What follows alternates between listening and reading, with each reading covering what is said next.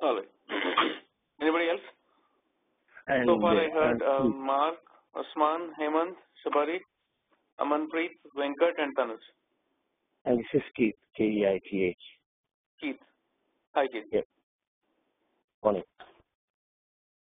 All right. I just heard one more beep. May I know who just joined?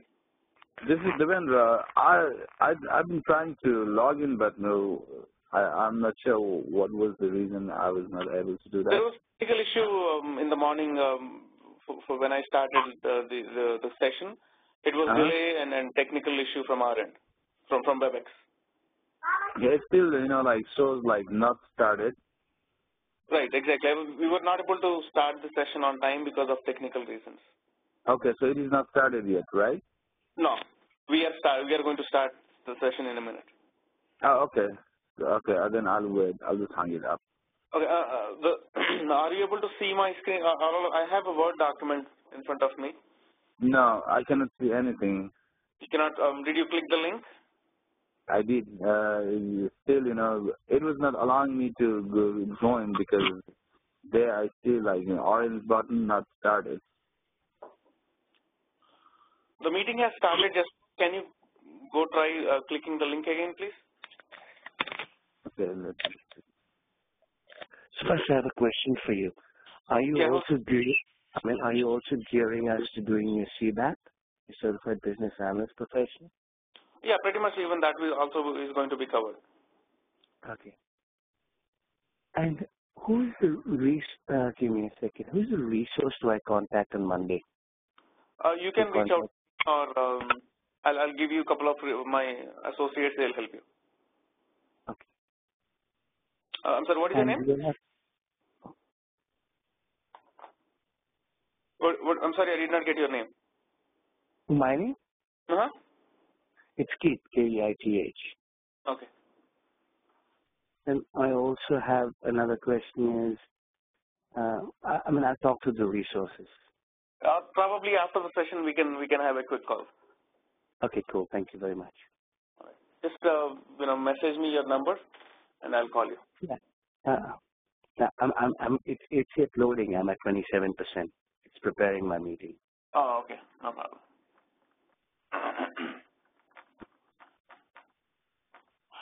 All right. Let's get started.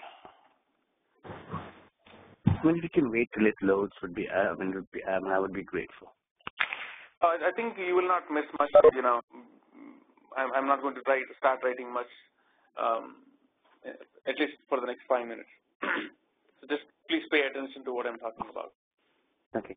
All right, folks. So as we already, had an introduction session, the training that you're going to go through is the business analyst training. And just to summarize, what is the role of a business analyst? A business analyst basically is responsible for interacting with the business users, document the requirements, and translate them into detailed documentation.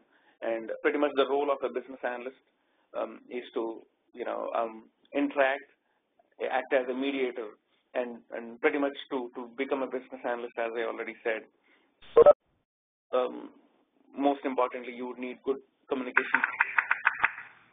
So these are, and also good writing skills. Pretty much these are mandatory skills required for anybody to become a business analyst. And there is no need to have any technology or technical background. Okay? So with that Hello, Sabash. Yes. Sabash. Yeah. What you have on your screen, is it a software development methodology? Correct. Okay, all right, thank you.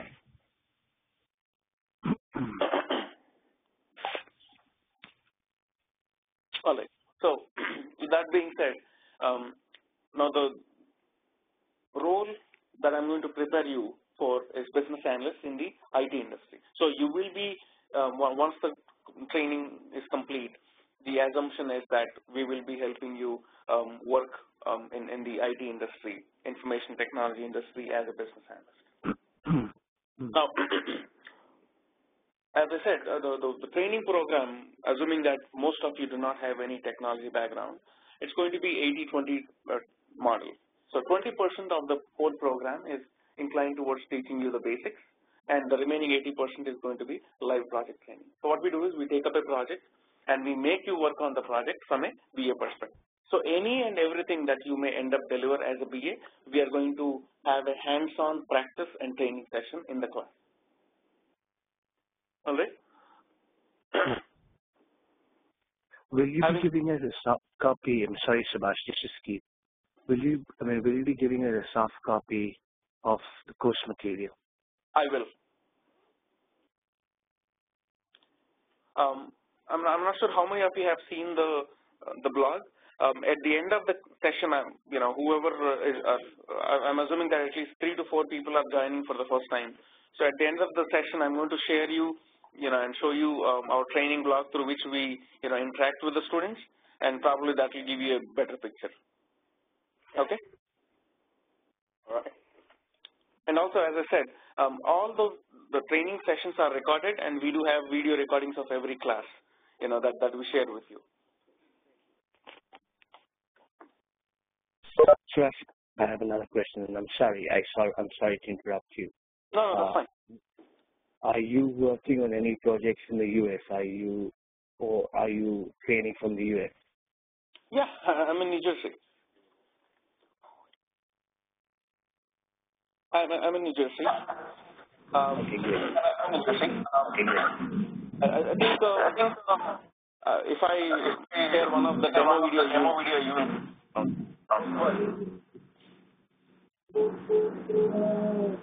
I will be able to answer all your questions one-on-one. But let's get started with today's session without any further delays. So, as I said, the goal is to get into the IT industry and start working as a business analyst. But as we already know, the objective of IT industry or implementing IT projects is to have a software developed. Right? End of the day, when the whole technology team, the business users, they want to develop a software. Right? Now, before we understand what are the roles and responsibilities of a BA in the industry, we need to understand how a software is developed. What are the different methods in the IT industry that are used in the process of implementing a software solution? What are the methods? What is the process? Because, if you want to work in the IT industry, the first thing, the basic should be very clear, right? And here I'm referring to software development methodology. So in the process of implementing software, there are certain set of techniques and methods that are used in the IT industry. I'm going to, of course, there are so many, several set of methodologies. I'm going to list some of them, and whatever is relevant and important for us for our discussion, we are going to cover all of them. Right? So some of the most sought software development methodologies to start with: traditional SDLC, which is traditional software development lifecycle.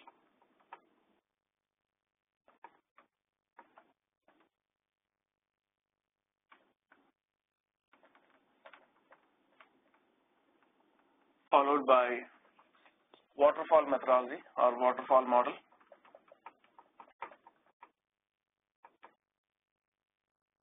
We also have RUP model.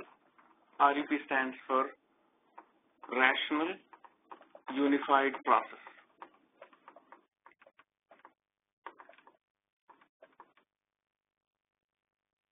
This is also called as IBM RUP,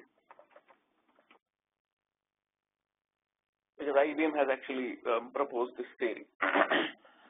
And we also have Agile.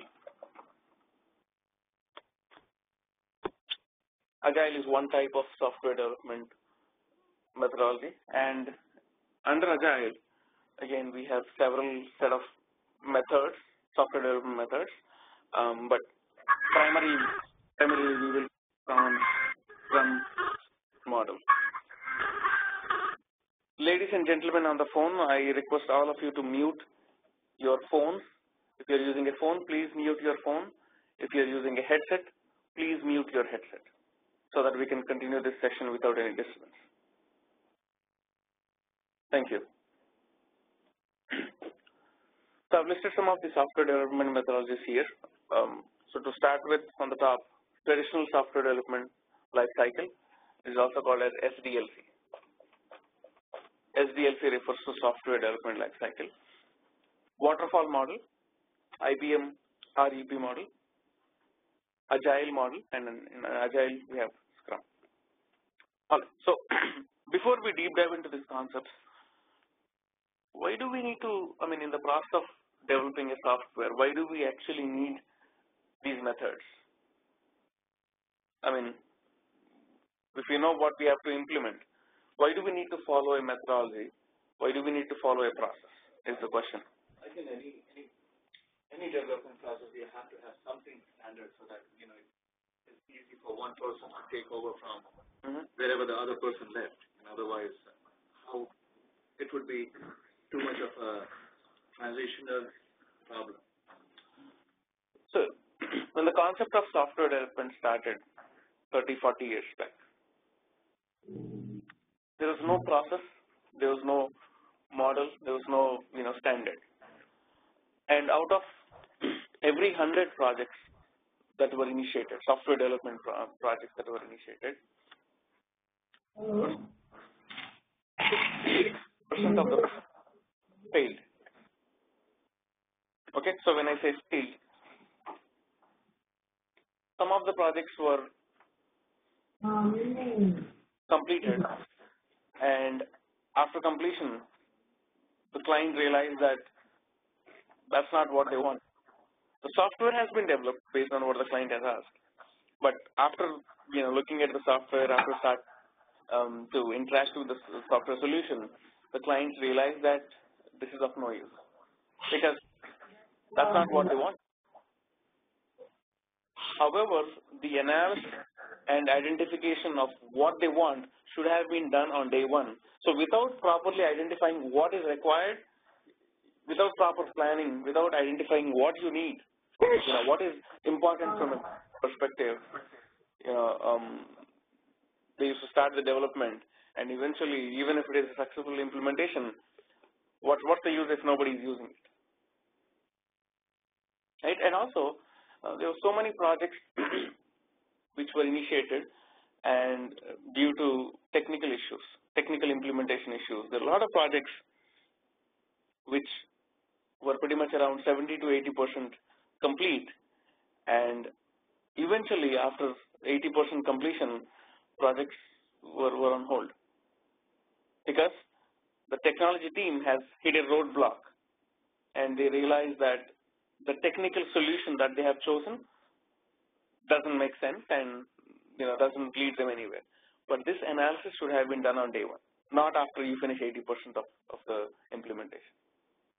And there were so many projects which were halted because of budget issues. Even that happens today also because people don't follow the process, right? Budget issues. When you know that a project will take $1 million, and when you don't have the budget, why would you even start the project? Why would you not forecast how much money is required? Why wouldn't you plan the resources? Right.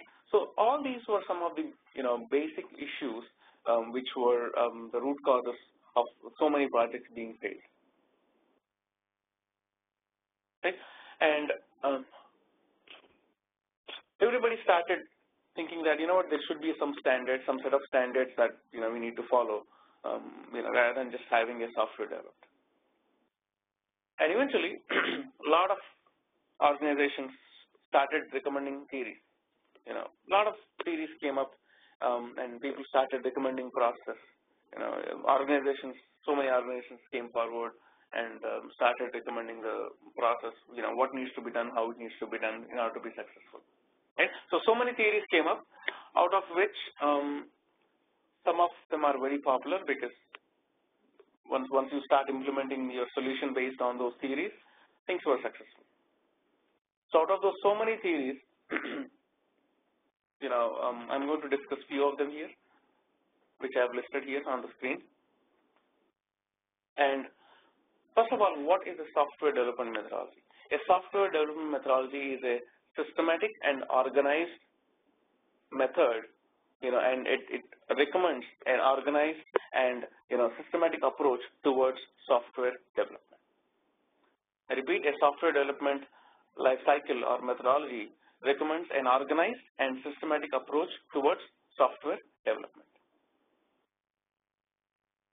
Right? So with that being said, as I already listed all these methodologies, what I'm going to do is I'm going to deep dive into the traditional software development life cycle, and we'll discuss what happens in the SDLC, and we'll deep dive into the whole concept. Now this concept is going to take a lot of time, but remember, if you are well versed with this model, the traditional SDLC, I think the rest of the models will fall in line. So it's very important that you understand the traditional software development life cycle. Okay? Any questions, folks? Most of these methods would have similar or same steps. Most of these methods will have similar or same steps. There is a little bit deviation. We'll talk about it once we get there. Right? Okay, so to start with the traditional software development life cycle. Now, in the process of implementing software using the traditional SDLC, there are certain set of methods and phases that you need to know. So to start with, planning and analysis.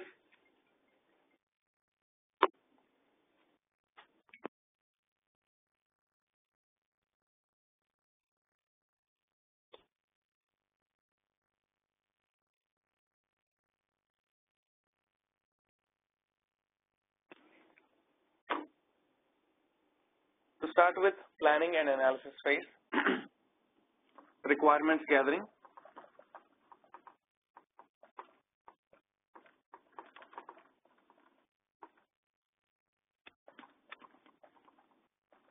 design,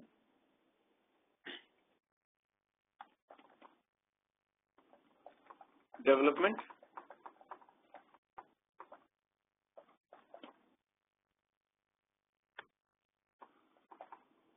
testing,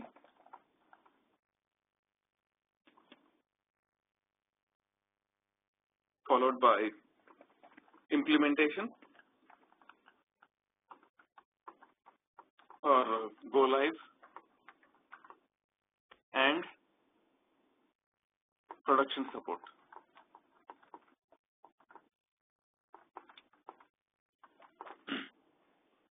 I repeat, in the process of implementing the software solution using the traditional software development life cycle, some of the steps or some of the phases involved are planning and analysis phase, requirements gathering phase, design, development, testing, followed by implementation or go live and production support.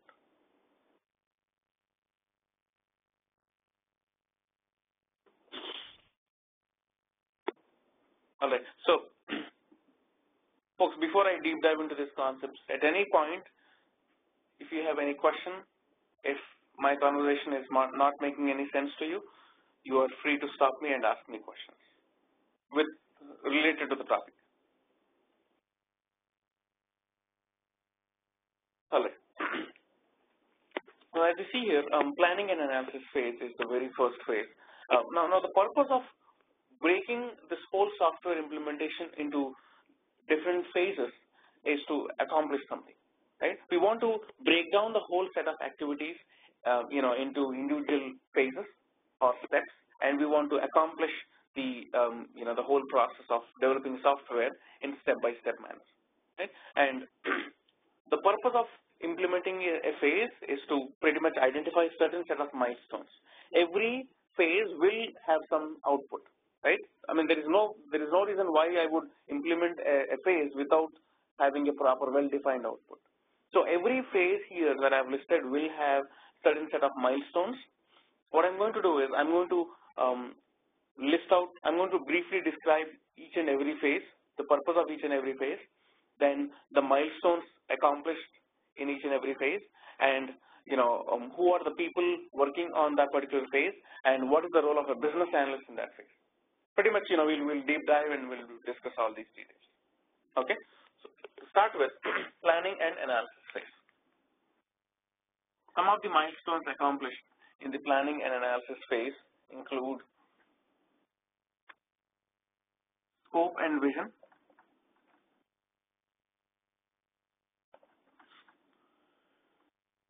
followed by feasibility analysis,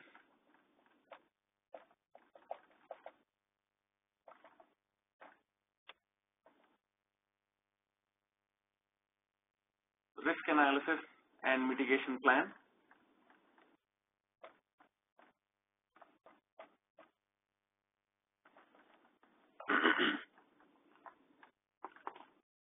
scope and vision, feasibility analysis, risk analysis and mitigation plan, budget plan, project plan or project charter, whatever it is.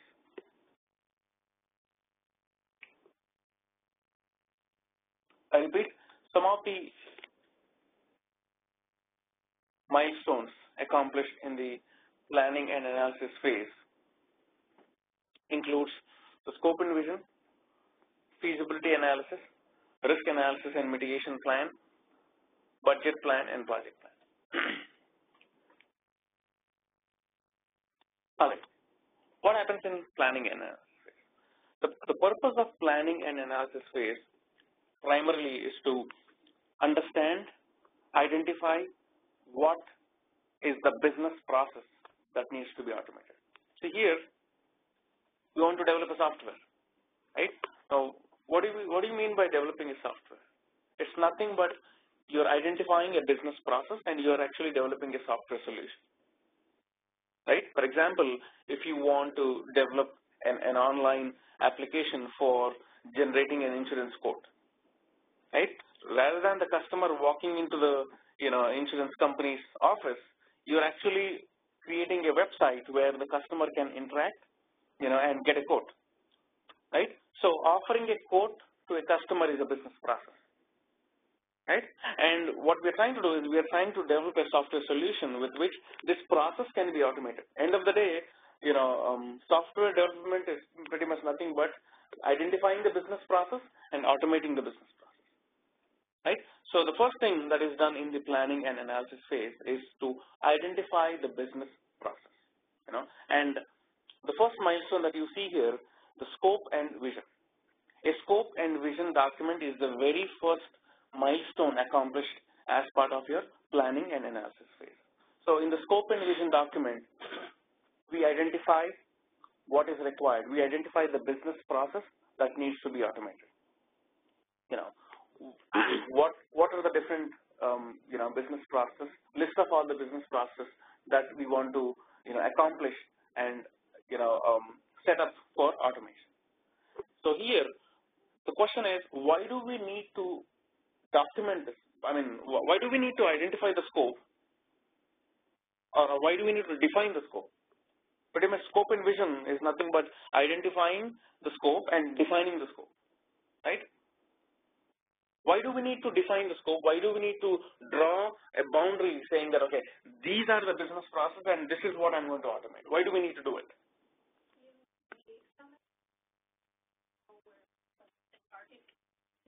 Okay, so to make sure we don't deviate from it and to make sure we are on plan.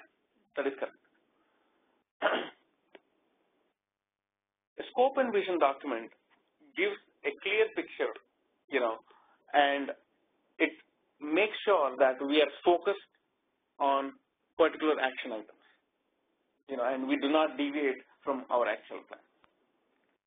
And also, a scope and vision gives a clear picture to the end users saying that, okay, this is what you have asked for and this is what you're going to get at the end of the day. And also, as part of the scope definition, we also document what is in scope and we also document what is out of scope.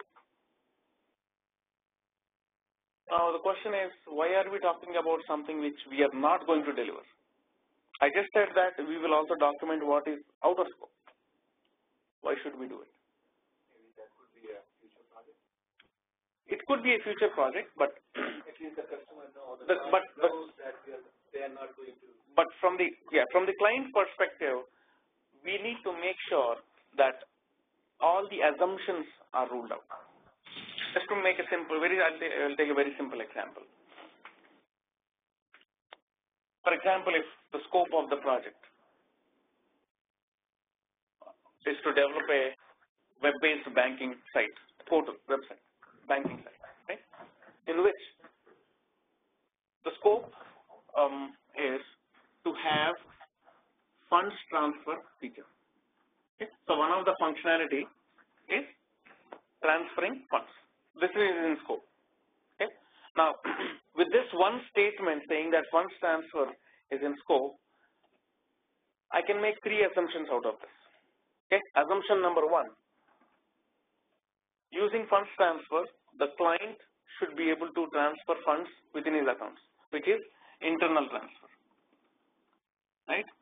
The clients should be able to transfer funds outside the bank, which is external transfer. And the client should be able to transfer funds outside the country, which is international transfer. Right? These are some of the assumptions that I can make out of that one statement which says funds transfer in scope. But however, if international transfers are not in scope, we need to make it very clear saying that the customers, as part of this project, international funds transfer is not included. We want to make it very clear. Of course, I mean, people may assume so many things. If, let us say, if external transfers are out of scope, we need to make it very clear, and rule out all the assumptions. Let's make sure people are not assuming things. Just because I've made a statement here, people can draw 10 assumptions. So if there is a possibility that, there could be some assumptions driven out of the scope context, we need to make sure that we, rule out those assumptions. Right? So pretty much the scope and vision document will clearly outline what is required, and also it will define and outline the business process that needs to be automated, and clearly outlines what is in scope and what is out of scope. My question is, how much time or how many hours should this planning and analysis step take? Because in my mind, I think that's a very, very time-consuming step. Correct. Because you have to lay out all the processes,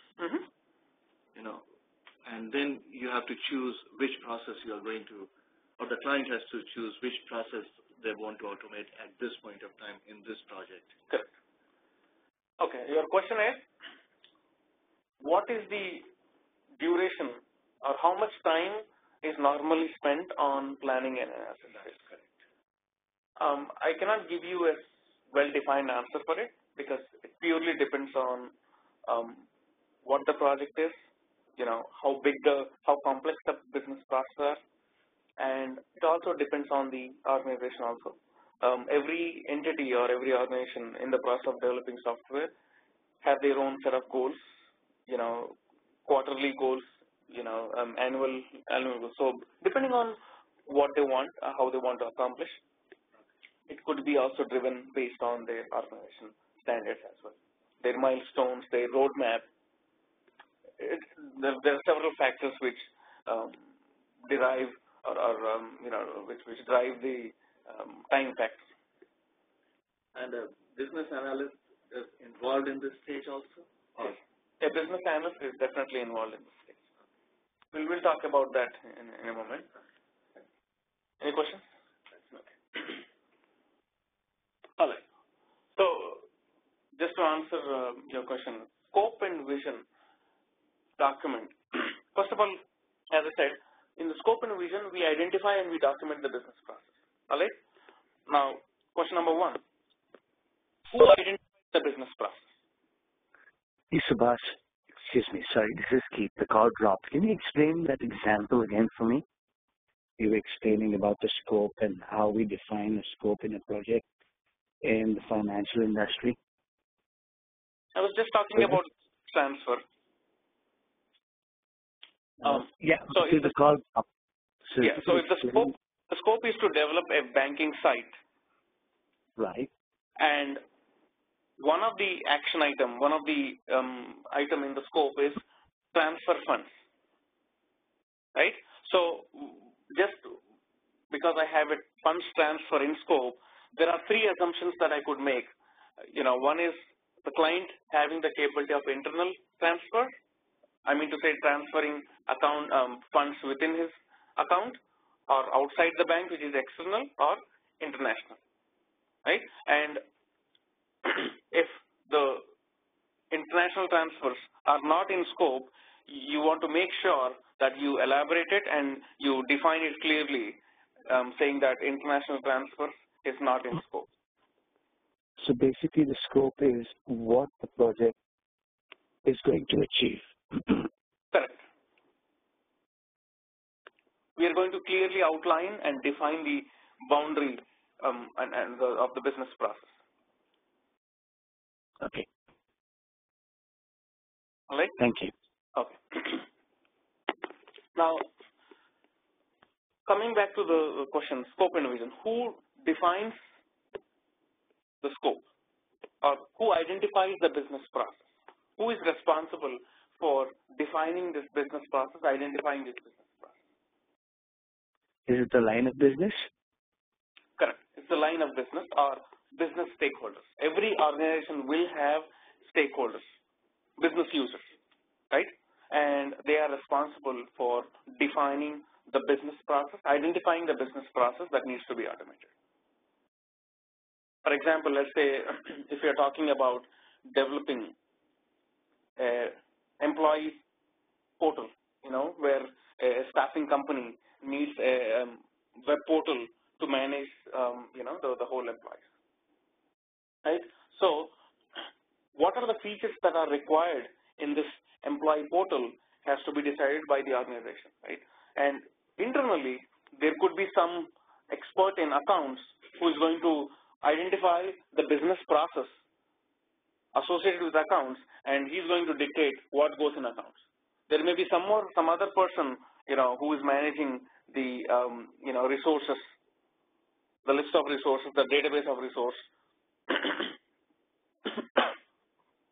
and he is responsible for being the stakeholder dictating what is required.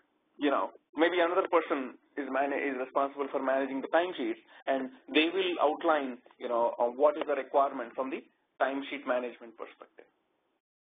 So in this way, depending on the organization, every entity will have a line of business and or the stakeholders. Stakeholders is nothing but business users. Right? So the stakeholders will identify the business process that needs to be automated in the scope and vision. Right? What is the role of a business analyst? A business analyst is responsible for interacting with the business users, understanding the scope, and documenting the scope. So here, as a business analyst, your role is limited only in the process of documentation. You will not be responsible for identifying, or you will not be responsible for dictating the process. All you would do as a business analyst is to interact with the business users, document the information, and make sure that they are clear with what they want.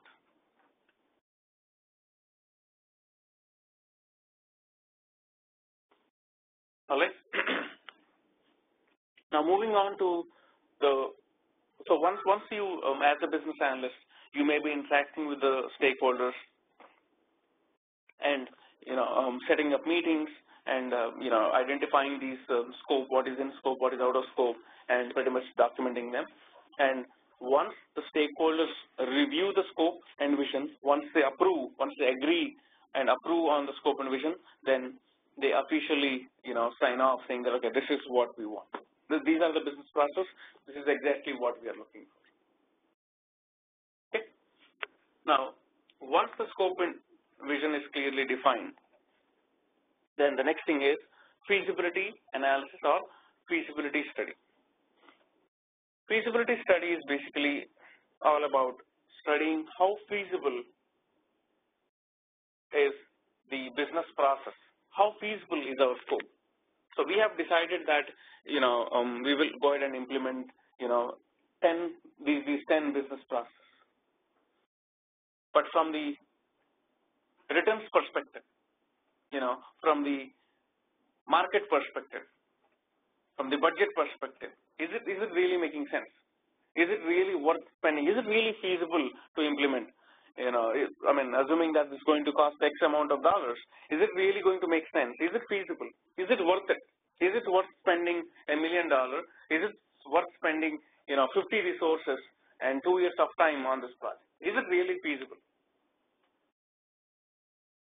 And even if you do it, after the outcome, once we get the outcome, is it really making sense? Is it really worth it or not?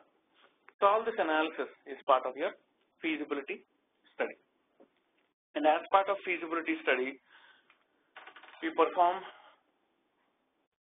one analysis which is called as SWOT analysis. SWOT. S for strength, W for weakness, O for opportunity, and T for threat.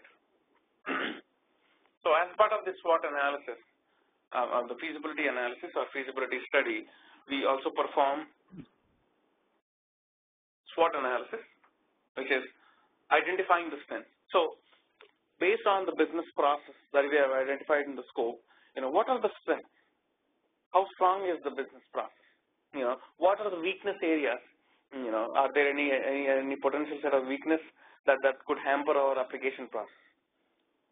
What are the opportunities? Assuming that this business process is going to be unique and different, what are the different opportunities that we have in the market?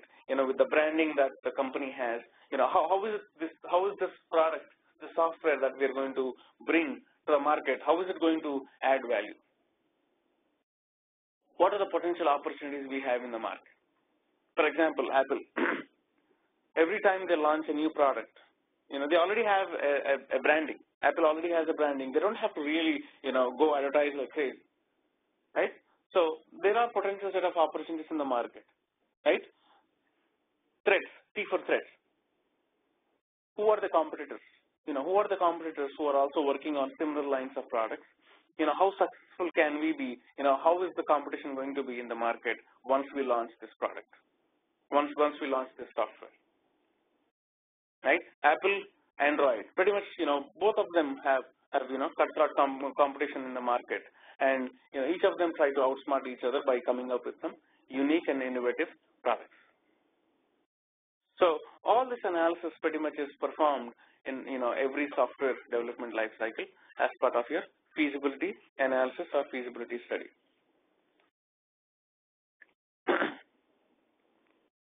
Any questions? Who is responsible for feasibility analysis, the client or the BA? A business analyst will not be involved in the feasibility study because from the business process perspective, this analysis should be done by the stakeholders. Stakeholders or the line of business, whoever is the expert in the process.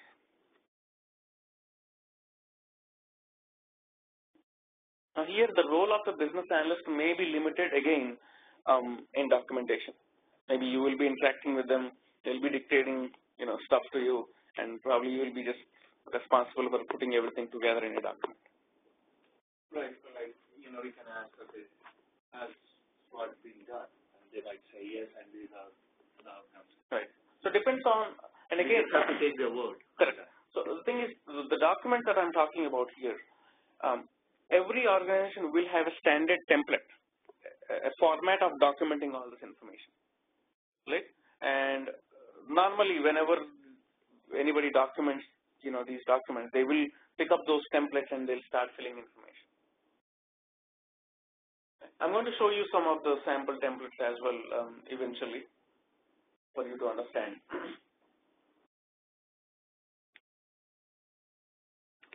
Any questions so far, folks?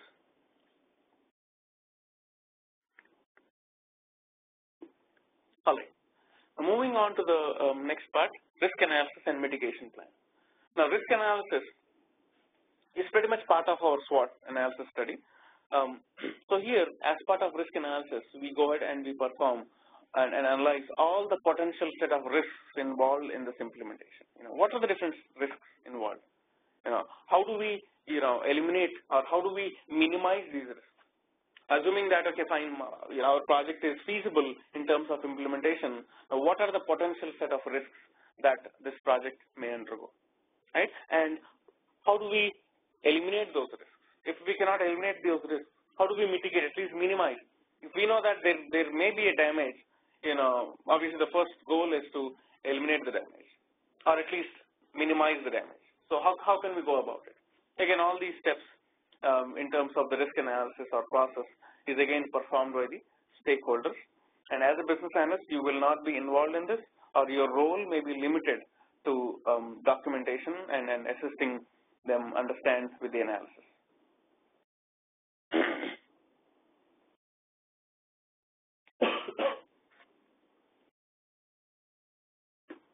All right. Assuming that the scope and vision is agreed and the feasibility analysis and risk analysis is complete, the next part is the budget plan. Who prepares the budget plan? Who prepares the budget plan, and what are the different steps involved in budget plan, and how does the budget planning are based on? So I think all these are some things, for some factors that you need to be aware of. Budget planning. I'm sorry. Could it be the project manager? Correct. The budget plan is prepared by the project manager implementing the project. I repeat, the budget plan is prepared by the project manager who is leading the technology team. All right. Now, how does the project manager come up with these budget plan and estimates? How do you think, question to all of you, is based on what does the project manager come up with the estimate of these budgets? Doesn't the client already give you in how much money they want the project to be done? So depending on that, the project manager will be able to figure out how much money to put into each phase, right? That is one scenario that may happen. Okay. That is one scenario, but there are several other as well. It also Yeah, go ahead. It also depends upon the scope of the project. Correct, exactly. That's primary thing. The budget plan is always driven based on the scope and vision, right? The client will not decide, the budget without having the evaluation of the scope and vision. I think one of the points is project manager defines how many resources needs to be allocated for the project. Yeah, I'm going to talk about that. Okay. So from the process perspective, what may happen, as soon as the scope and vision is reviewed and approved, the scope and vision is shared to the technology project manager, and the project manager, by looking at the volume of work, he's going to estimate the budget, right? So the initial estimate prepared by the project manager is called as L0 estimate. L0. I repeat, by looking at the scope and vision, the project manager will be preparing a budget plan. A budget plan here, the first budget plan prepared by the project manager is called as L for Larry, L0 estimate. L0 estimate is basically a high-level estimate. It's a high-level ballpark number as of, these are the 10 items that you have asked, and probably we may need, around a million, 1.1 million in order to get this project implemented.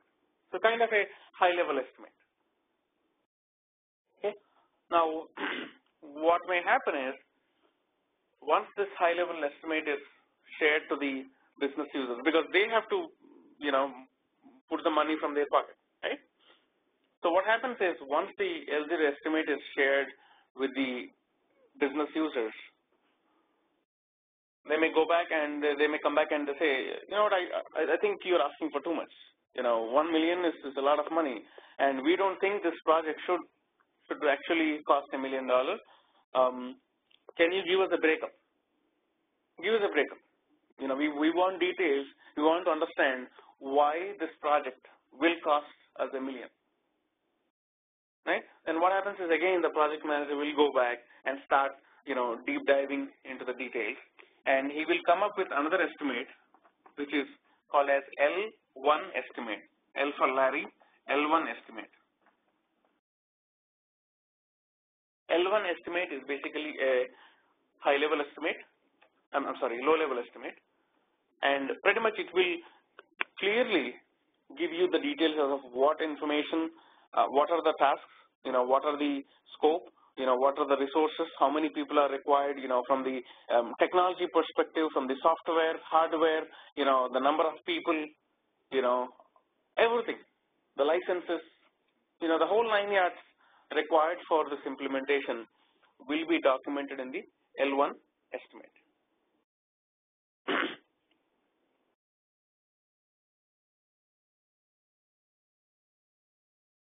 So basically, L1 estimate is a line item estimate.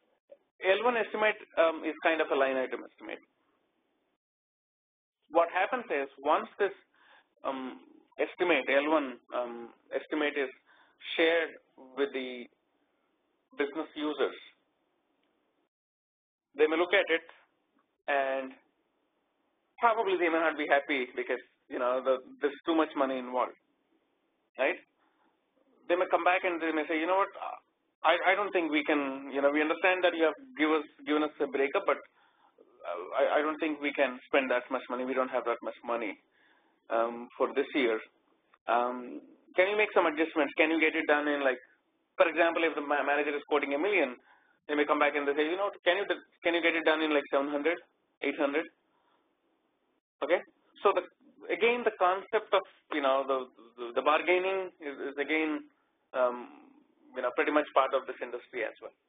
Okay. So there are back and forth discussions between the business users and the technology team, and until both the parties come to an agreement, as of what can be spent and what is enough, until both of them get to an understanding, things will not move forward from here.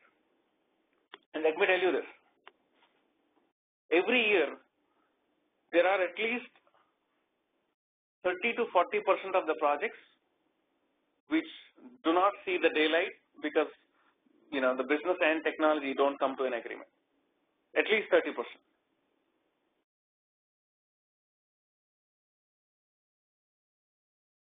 All right. And also, there's a couple of other options that may happen as well.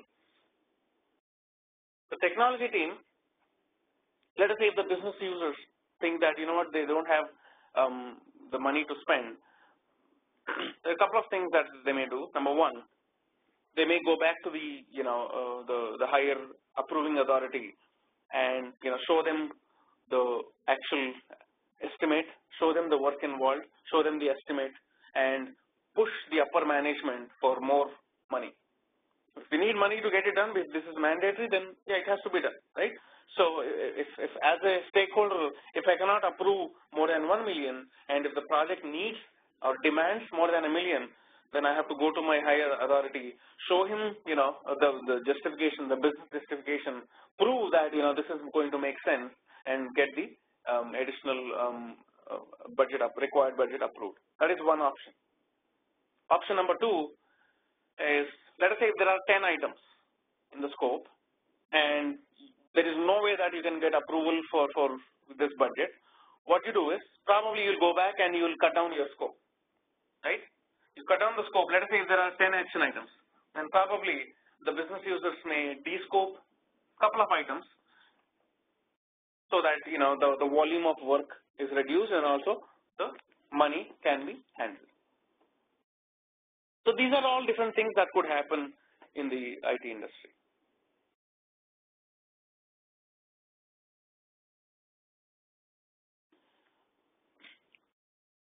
Initially, when the concept, when financial companies started implementing software solutions, they used to outsource this whole software development. So these days, every company, every organization has their own software development center. But initially, 20, 30 years back, none of them had any customized software development because nobody really cared about it, right? So there were some big consulting companies, software consulting companies like IBM, Wipro, Infosys, Satyam. These were some big shots in the in this industry who used to help these clients build their software. So the same process that happens between the stakeholder and the technology manager, was pretty much leveraged to any software consulting vendor. So let us say Bank of America wants to develop a website for themselves. Probably they'll go ahead and they will publish their scope to like 3 to 4 different vendors. Like for example, the quotation, the scope is shared to Wipro, Infosys, and Satyam, let us say, Satyam or IBM, right? So they say, what, this is the volume of work involved and this is what we want you to do. Now you come back and tell us how much can you get this done. What is that you're asking for, right? Give me a quote. So what happens is when these companies come back with quotes, then again, they look at various factors, right? The service level agreements, they look at the pricing. So several factors, the support. So there are a lot of factors that come into picture, and once they agree, once they find the best guy, best company, whoever quotes the least and whoever gives the best service, they'll offer the project to them. And again, this contract between the client and the software development company, there could be a lot of things that could be included as part of the contract. For example, it could say that you have to get this done in 1 million. We are not going to spend even a dollar more than that, right? And you have to deliver the software to us, with the least number of defects by end of this year. And if you do not deliver this on time, then you have to pay a penalty. We are going to chop off 20% of the price. So all these are factors, which are put in the contract. Clearly, both the parties have to agree based on the terms and conditions, and that's when the next step starts.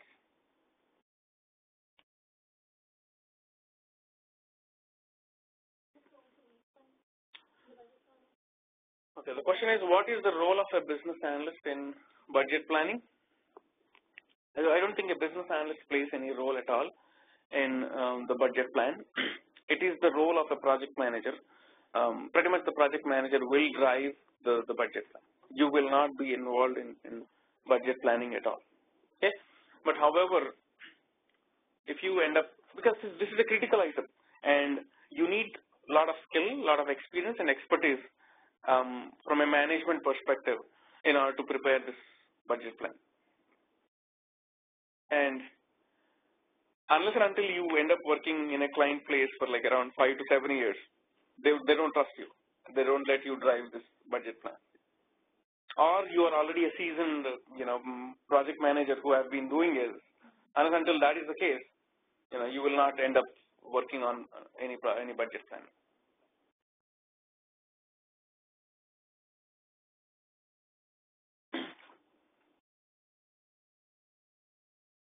Questions?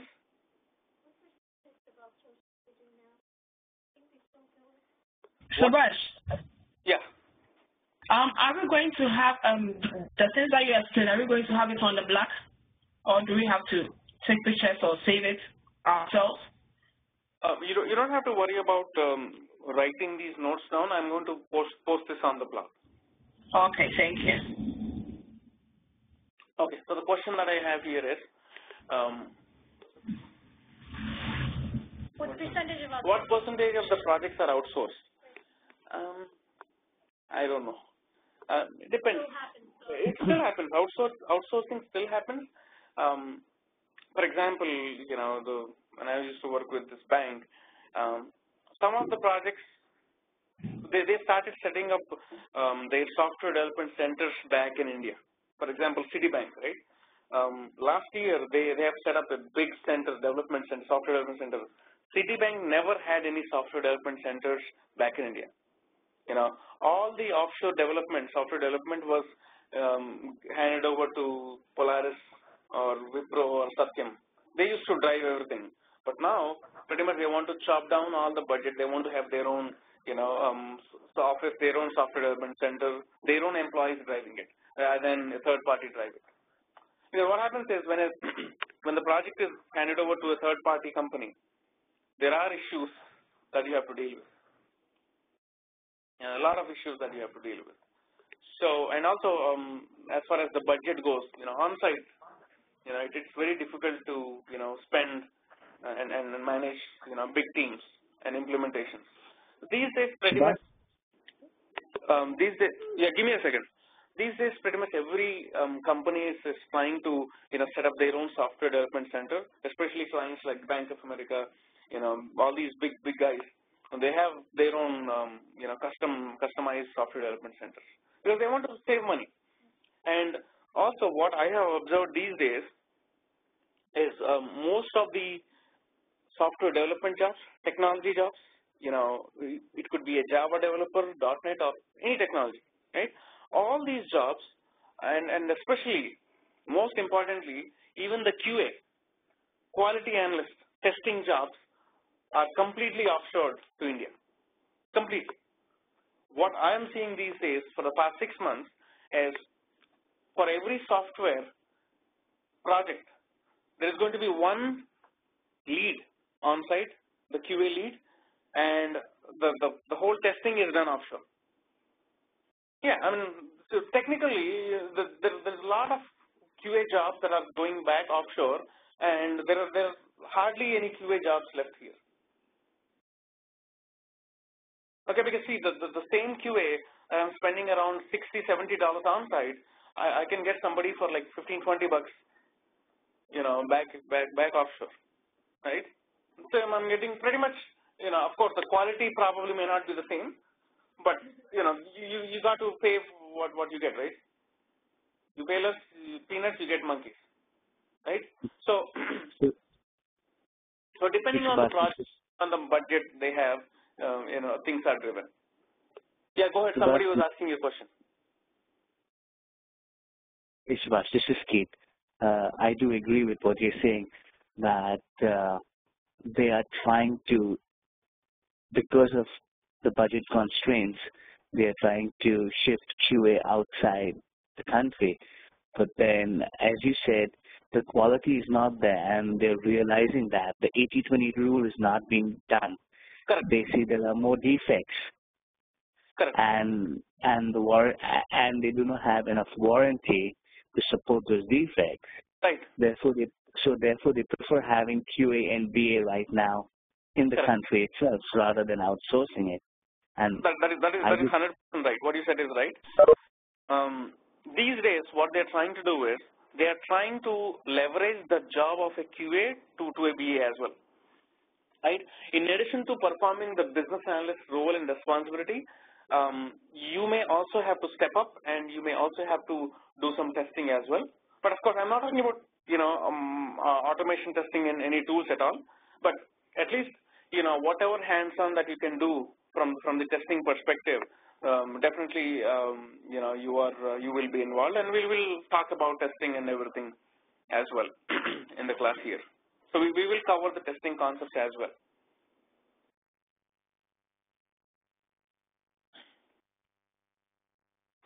And I think one of the funniest part is even what I have observed personally, wanted to save money, and the development is done offshore, by paying very cheap price, probably like 30% of the price. And obviously, when you're paying less, the quality of the development is also based on what you pay, right? And eventually, what happens is there are a lot of defects in the software, and again, in order to test the software, in order to fix all these issues, you pretty much end up spending a lot of time and money fixing, the damage that has been done. I don't know if clients have started realizing that, but pretty much that's one of the biggest issue these days.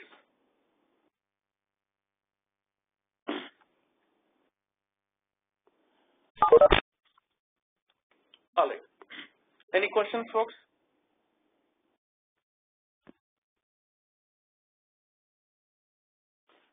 Okay. Moving on to the next one, project planning. What is a project plan? Who prepares the project plan? What are the tools that may be used in preparing project plan? I think these are some concepts that you will understand out of this. A project plan is prepared by the project manager.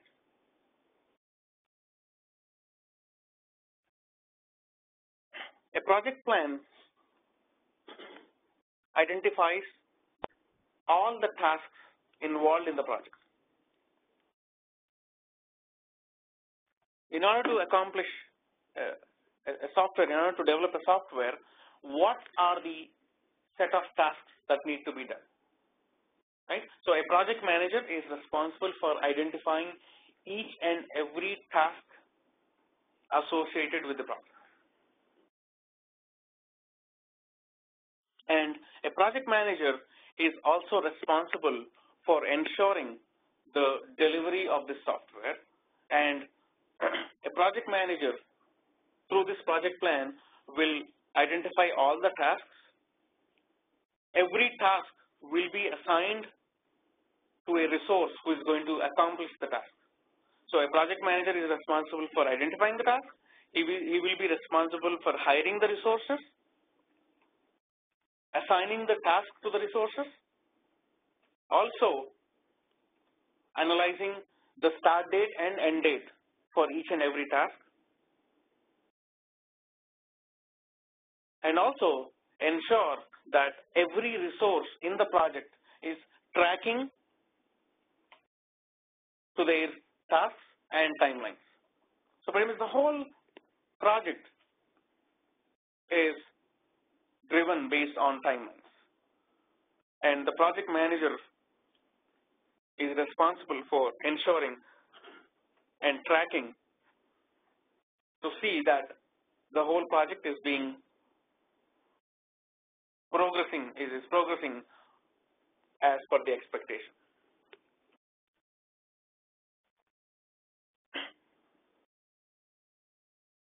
One of the most familiar tools used for project planning is MS Project. MS Project, Microsoft Project. I repeat, one of the most important or most familiar, most sought tool used for project management is Microsoft Project. Microsoft Project is one of the products in the Office suite, in the MS Office suite, in the Microsoft Office suite. However,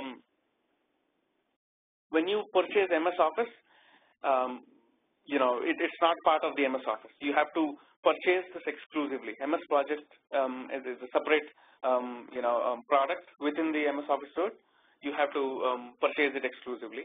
But of course, from a business analyst standpoint of view, you probably may be involved in project planning also. You may work with the project manager, help him identify the tasks and help him put the plan together, right? And I'm also going to show you how this MS project works, how it looks like.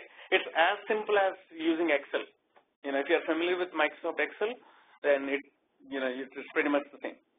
Very simple and very easy to use. Okay. Now, it's very important to track and manage the resources, because from a management perspective, the project manager has to report the status of a project to the clients, on a regular basis.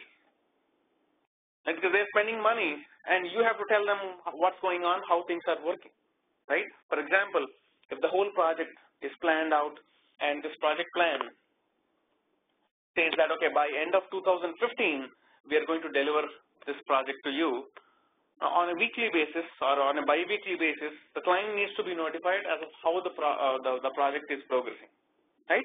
And the status of a project normally is represented in 3 colors, right? Green, yellow, and red. I repeat, the project status from a reporting perspective is represented in 3 colors. Green, yellow, and red. What does green mean? If the project manager is reporting the project status as green, it means that everything is working as expected. As of today, we are still tracking to our delivery date. As of now, whatever we have planned so far, we have accomplished whatever we have on the plan. We are on track. We are scheduled to arrive on time, as per the initial promise. If the project status is represented as yellow, it means that the project is definitely not on track. But however, there is a possibility that we can catch up. At this moment, we are not on time. We are not expecting that we will reach on time at this moment. But however, there are some certain set of issues that we are handling. But definitely we think that we can overcome this in the next couple of weeks, and we should pretty much be green. Okay. Red definitely indicates that you'll not be able to make it on. There is something going wrong, and the moment the stakeholders and the business users see that the project status is being reported as yellow, this is pretty much a alert for them, saying that things are offline, and people start jumping in, trying to know what are the issues. For example, a project manager is waiting for budget approval. The project has started. He needs to hire some more resources, and he's waiting for the approval. He followed up a couple of times with the stakeholders. Nobody responds. Next week, project status is red. Project status is red because I don't have the budget approved. I cannot get it done. So get me the budget, or else we will not able to practice. So the moment he displays red, then pretty much it's an alert for everybody. Because these reports, go to the higher management.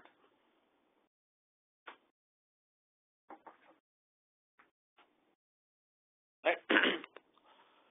And also, the project plan basically helps the stakeholders or help the project manager manage the whole project. At any point, the project manager, by looking at this plan, can easily figure out, what is the status, are we on track, and how the project is going on, right? For example, there may be like 100 resources working on a project, right?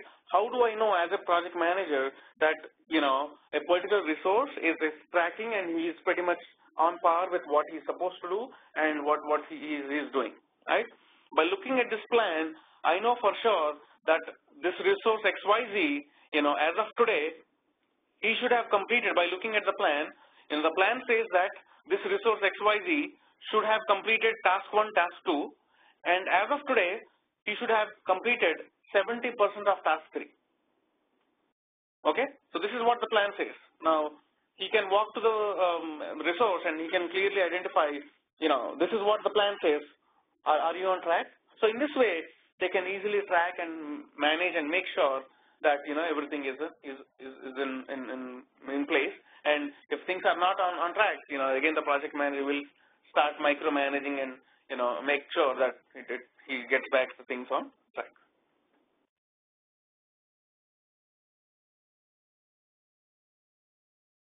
Any questions, folks?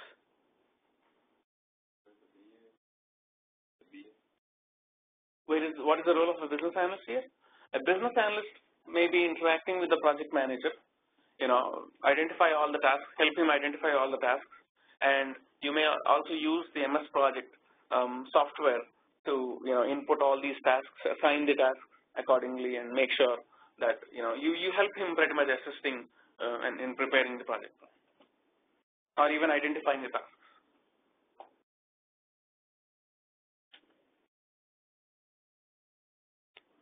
So see, it purely depends on on the project manager how they want to utilize your services as a BA, and depends on your bandwidth. Whether how much occupied are you in the requirements gathering. So there are a lot of things that derive whether you will be involved in all these, especially planning and analysis or not.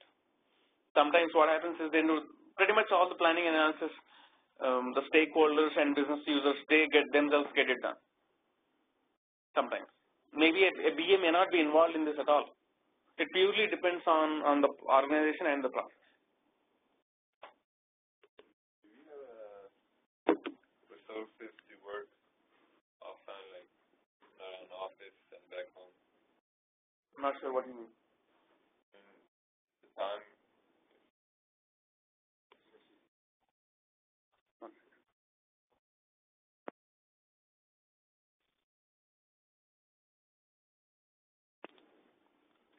I'm sorry, I'm not able to understand what you're saying.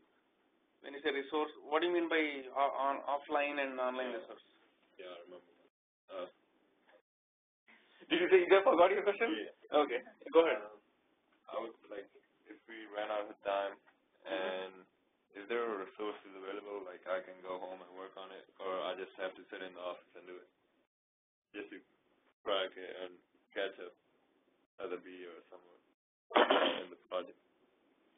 Okay, so your question is, when you start working as a business analyst, and if you cannot get your job done in 8 hours, what you're asking is, can I go back and log in from home and work? Is that what you're asking? No. It depends on the organization. Some companies give you access work from home. These days, at least 80% of the companies are actually giving you access to work from home. So you should be able to work from home, technically, yes.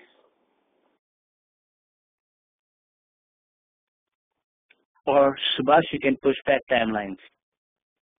I'm sorry? Or you can push back your timeline. You can push back your timelines? Yes. You can sit in the office, pretty much 12 to 15 hours. Nobody's going to ask you to leave. No. What I'm saying is, let's say if you cannot meet your timelines, you cannot meet your deliverables, you can push back your deliverables based on your bandwidth.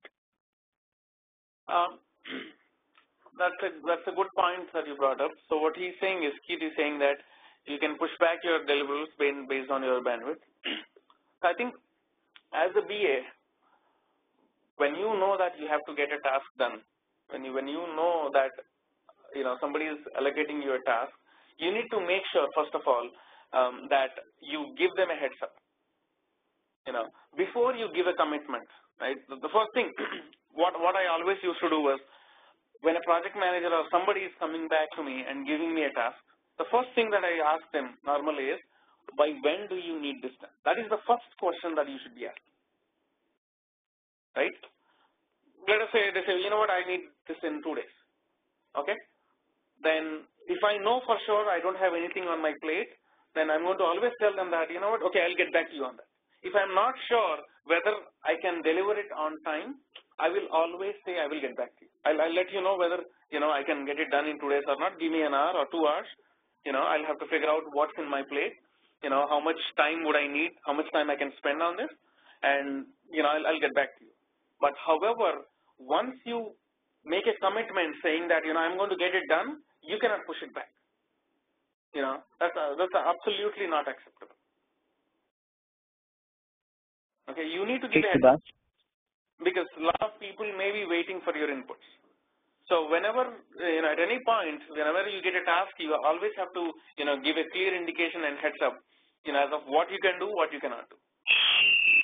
You probably have only 8 hours, right? You cannot work for 24 hours a day. Hey, Subhash, this is Keith again. You have to give how many estimated hours will that task be allocated for? Correct. During the initial project charter stage and project planning stage and requirement gathering stage, or rather more towards project planning and more towards that stage. But now I have a question for you. I think I posted it. I sent it to you on chat. Is the BA engaged in post-production validation? Yes. Or yes, definitely yes. Definitely yes. And what about during the warranty? I'm sorry, using what? The warranty phase. Yeah. Is the BA engaged during the warranty phase? Oh, you mean the testing phase? Yeah. A business. No. Past the testing phase. After complete sign-off and the software is deployed, and you have a 30 days warranty, right? Whatever. For example, company standard. Based on the company standard, or 15 days, or whatever, 5 days. So is the BA engaged during the warranty phase, just in case any defect comes up? No. See, a business analyst, depending on the bandwidth a business analyst has, if he is available, then he can be involved in every phase of the project. All right? Okay. I haven't really discussed the rest of the phases as of now, but let me tell you something. As a business analyst, the only thing that I did not do in the project in the IT industry was programming. Apart from programming, because I didn't know how to code. Yeah. Okay? Apart from not that, the development. Yeah. The software development, the actual hands-on coding. Apart from coding, right.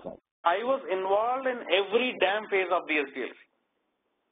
In whatever way they can utilize you, they will utilize you. Fair enough. Okay? And I think as we speak further about each and every phase, I think I will deep dive and discuss in detail about the role and responsibility of a BA. Generally, and I'm sorry, and I hope I'm not diverging or not jumping. Go ahead, that's fine. I'll charge you like hours more. That's fine. All right, go ahead. Thank you, Subhash. Go ahead. Generally speaking, in the bank, I've never seen the BA involved in post-production validation. As I said, depending on the client, depending on what they want, depending on how they want to use a resource, they can use a resource, right? If the BA is available, they may use it. If the BA is not available, they may not be able to use it. So it purely depends on the organization. So I cannot comment on, the process that you are involved or the company that you are working with was involved. It purely varies from client to client, company to company to project. Fair enough. Thank you. Right? Yeah. Because business analyst is supposed to know the all functionality and everything of the project. So he has to be there in all phases. You're right. Yeah. That is the expectation at least these days. Yeah, because he is the person who is interacting with the users and technical persons. Correct. Yeah, so he has to be there. Quick question. Yeah. How many projects is a BA supposed to handle or ideally handles at a time concurrently? So how many projects as a BA you will handle purely depends on the bandwidth that you have, number one. Number two, depends on how many projects the client has in working in progress. Purely depends on, several factors. There may be 10 projects and you may be deployed on all the 10 projects as well if the projects are small, right? And if there is one large complex project, there may be 10 BAs involved in working on the same project. Now, how does a BA resolve the conflict? Because for those 10 projects, there might be 10 different project managers or whatever, and everyone wants their project to get the first priority. Now, BA is quite low on the ladder. No, that's not the case. No. Compared to the project managers. See, project managers are dealing directly with the client, and client is pushing. Okay, you know what? I need my project done by a certain date, and no matter what. How? And everyone is just shoving down the responsibility and the timelines on the business analyst. How are they expected to resolve that conflict? Because it happens in real life. No, I think it's rather than saying it as a conflict, I would say managing your tasks. Okay, let's use that. That's the right word to use. See, first of all, as a BA, as you said, you may be involved in working on so many projects, and you may be responsible for delivering multiple things at the same time, right? And this is the point where you have to step up. When the expectations are high, you need to organize yourself, you need to organize your tasks, and you need to let people know that this is what I have, and this is the bandwidth. There is so much I can do, and this is what I'm going to do, and this is when I can develop and deliver it for you. It could be a document, whatever they're asking for, right? So you have to be very clear and very organized when you are reporting information. For example, there are 10 tasks that are coming to you from 10 different people. The moment you come back to me and ask me to get it done in 2 days, I have to clearly tell you whether I can do it or not. Right? I have to, again, when I'm coming back and telling you that I cannot do it, I should have justification, in my plate saying that, okay, these are the action items, what goes first, what goes next is prioritized based on the manager and based on so many other factors, right? Or somebody else or my direct reporting lead will decide what is the priority, what is the first priority, what is the second priority. So everything goes by priority, and you have to organize yourself. So good thing that you mentioned priority, because when we are getting those tasks or when we are putting the requirements, is there a place where we say, okay, these are the priority number 1 things and these are priority number 2 things? And because when I was working, that's how we would, do our tasks. We would say, okay, this is absolutely to be done by X, timeline, and this can wait. This is priority number 3 and this is priority number 1 or whatever. But in the planning stage, do we assign those priorities? Of course. I mean, irrespective of which stage you are, if you have tasks to do, you always prioritize things and you always organize. And you work with the project manager directly. Exactly, whoever it is, right? For example, if a project manager is waiting for your inputs, ask them what is the priority. If a development team is waiting for inputs, ask for priority. You have to talk to them and set expectations, set priorities, and make sure that you're on the same page. See, I did work with so many managers, and most of them are okay if you tell them upfront that you cannot get it done on time. Most of them are okay with that, right? But however, if you tell them that you're going to get it done, and if you inform them in the last minute saying that, you know what, I'm out of resources, I cannot do it, that is where they're going to be upset. Right? So always give them indication. Tell them, be upfront, be clear as of what you can do and what you cannot do. It is what it is. But however, when you start working as a business analyst, the first 1 year is critical. Okay? The first 1 year when I started, I probably spent like around 15 to 16 hours, in order to catch up and make sure that I deliver and meet the expectations. That doesn't mean that the client was giving me a lot of tasks. It's just because I did not have the expertise to get things done. The task which needed 8 hours, I was taking around 12 to 15 hours. So again, I had to spend those extra time, and I cannot ask the client to pay for those extra time because I should have get it done in 6 to 7 hours.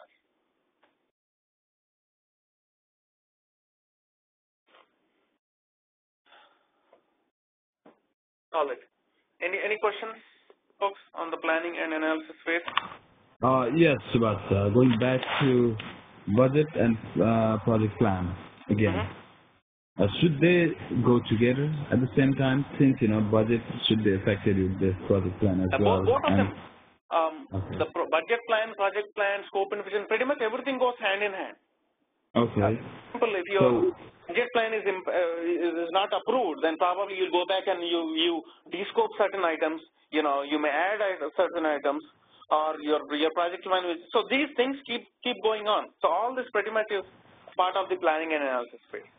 So that's why what I'm asking was, like, when you give the budget plan, you should be already prepared with the project plan as well, right? Correct. Yeah, that's the only question. Thank you. See, you will be working on, once you have a scope defined clearly, then you may be probably working on the budget and project plan parallel. Of course, when I say you, the project manager. Okay. Thank you. Yeah, go ahead. When you started first, you said it takes you 12 hours. When you get stuck at some spot, where you get back from the house? Will. Okay, so the question that I'm having here from the class is, when I got stuck, when I started my career, what did I do? I was helpless, to be honest with you, because 10 years back, there was no concept of a business analyst role. There were hardly handful of BAs out in the market. Very, very less. Very, very less number of people. And in fact, I did not get any training. When I needed help, I was struggling literally. And that was one main reason why I started, teaching and helping students. I definitely faced a lot of issues. And hopefully we should be able to help you as well. You basically reach out to the SME. If you're stuck, you reach out to the SME, right? No. Here, it's not about reaching out to the SME. Probably you may not even know what to ask, how to ask. So if you do not even know what to ask, how to approach, that's pretty much the basics, right? The SME is not going to tell you, come and ask you, babysit you. You need to know what to ask. Unless until you are properly trained or you are a seasoned business analyst, you will not know how to handle the situation. Okay. At least that was the situation when I started. This is what I do, Subhash, when I started. And I learned this the hard way, just like you. I would ask for the BRD before a global review, 2 days before the global review. And then I would highlight all the things I couldn't understand, all the process flows I couldn't understand. If there was no mock-up or wireframe, I would write that down, and then while during the global review, I would have a list of questions that I would ask the BA. Okay, well, I agree. I agree to whatever you said. That makes sense. But what if you don't even know what is a BRD, what is a wireframe, what is a mock-up? Right. You're not a BA. You haven't gone through any training. If you haven't done anything at all, you wouldn't even know what to ask. I mean, No, agreed. Because even knowing a BRD, I got stuck. Right, exactly. That's what I'm talking about. All right. I'm assuming that planning and analysis is clear, folks. Let's move on to the requirements gathering phase. Requirements gathering phase pretty much is the bread and butter of any business analyst. It's a very, very important and very critical phase. I think what we'll do is we'll take a quick 15-minute break and we'll again join back again, probably. So it's 10:53 now. Let's meet at 11:05 again. How long is the class for? Probably it will go on till 12. 4 hours? No. Yeah, normally it's 4 hours, but we will try to wrap this up today at 12. Okay. Normally the class timings are from 9 to 1. Okay. Thank you. Okay. So, folks, I'm going to mute this line. We'll again join back at 11:05. Thank you. Thank you.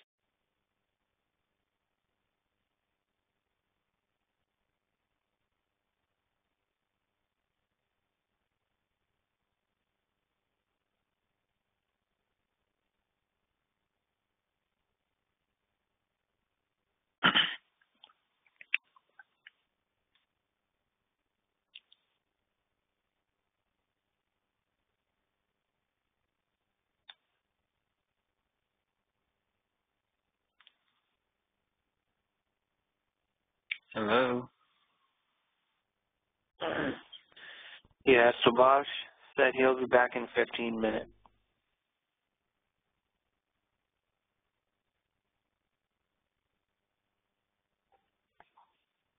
So 15 minutes from now? No, it's already been like 10 minutes, so he'll be back in another 5 minutes. Oh, okay. Thanks.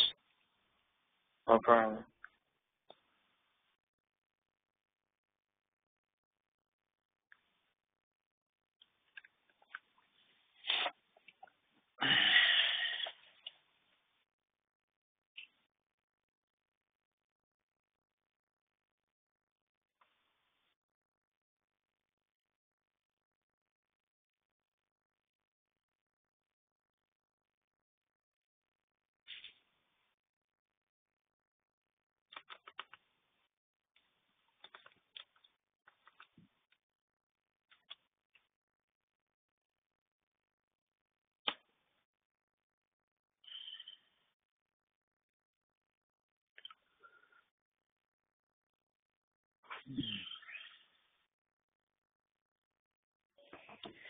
Keith, are you there?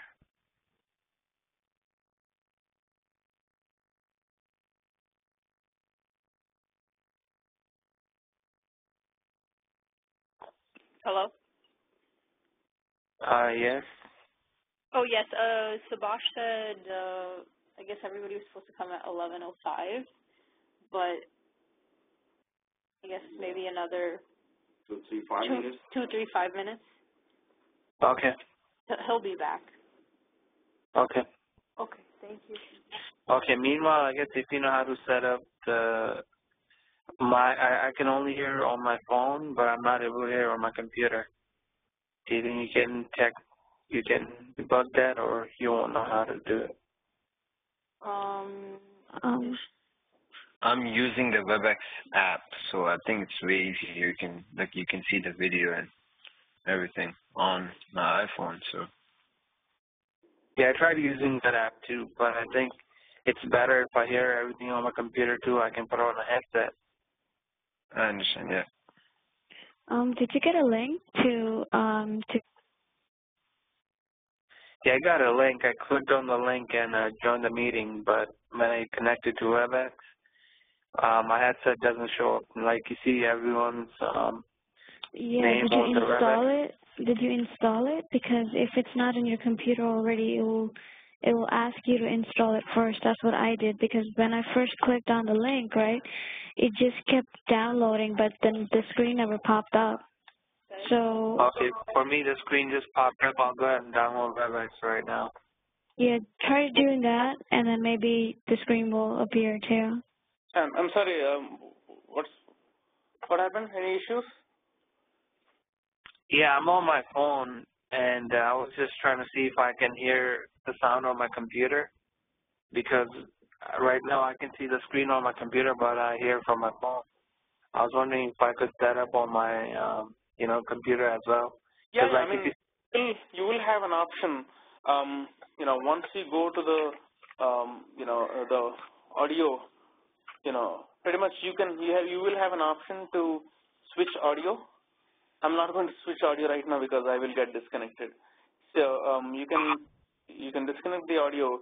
You can switch the audio, and you will have an option to select the headset, the phone your desktop headset. Once you do it, I get that. Correct. Headset or your. I can hear everything fine on the other, the sounds I hear, but it's not connected to the WebEx. Okay. I'm not sure, what's the issue, but you should be able to, use your computer to hear. Yeah, that's what I was thinking, because everyone else is like, if you see their name, you see I have one headset right next to their name. I don't see anything on mine. This is Mark, and I think Keith is having an issue.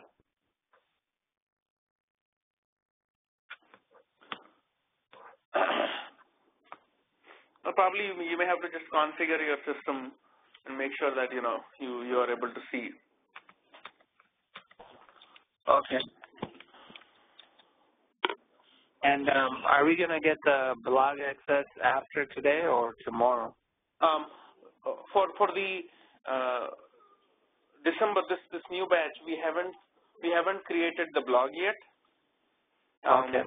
So most likely by Monday, end of the day, I will make sure. Okay. By Monday, end of the day, I will make sure that you will get the blog access. And I'm not sure how many haven't seen the blog. As I said, I will give you an overview of the blog once we are done today. Okay. All right. I'm not going to take much time today. I'll probably spend another 30-40 minutes deep diving into the requirements gathering phase. All right. So here, the next phase, as you hear, is the requirements gathering phase, and this is one of the critical phases in the software development life cycle.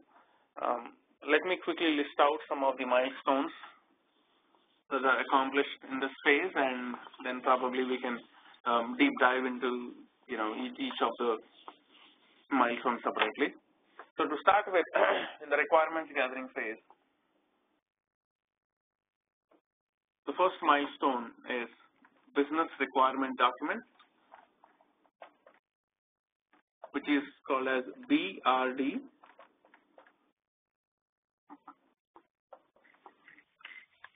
Functional requirement document is FRD. Use cases, UML diagrams. UML stands for Unified Modeling Language. I repeat, UML diagrams. UML stands for Unified Modeling Language. Change request. This is also called as CR.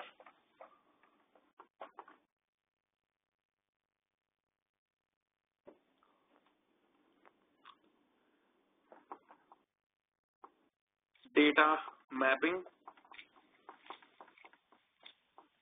/ analysis.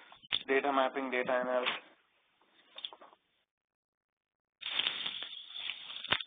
User interface markups. User interface or UI markup.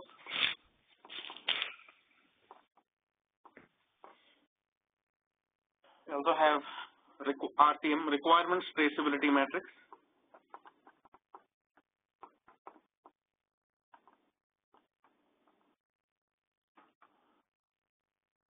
The abbreviation is RTM. Requirements traceability matrix, RTM.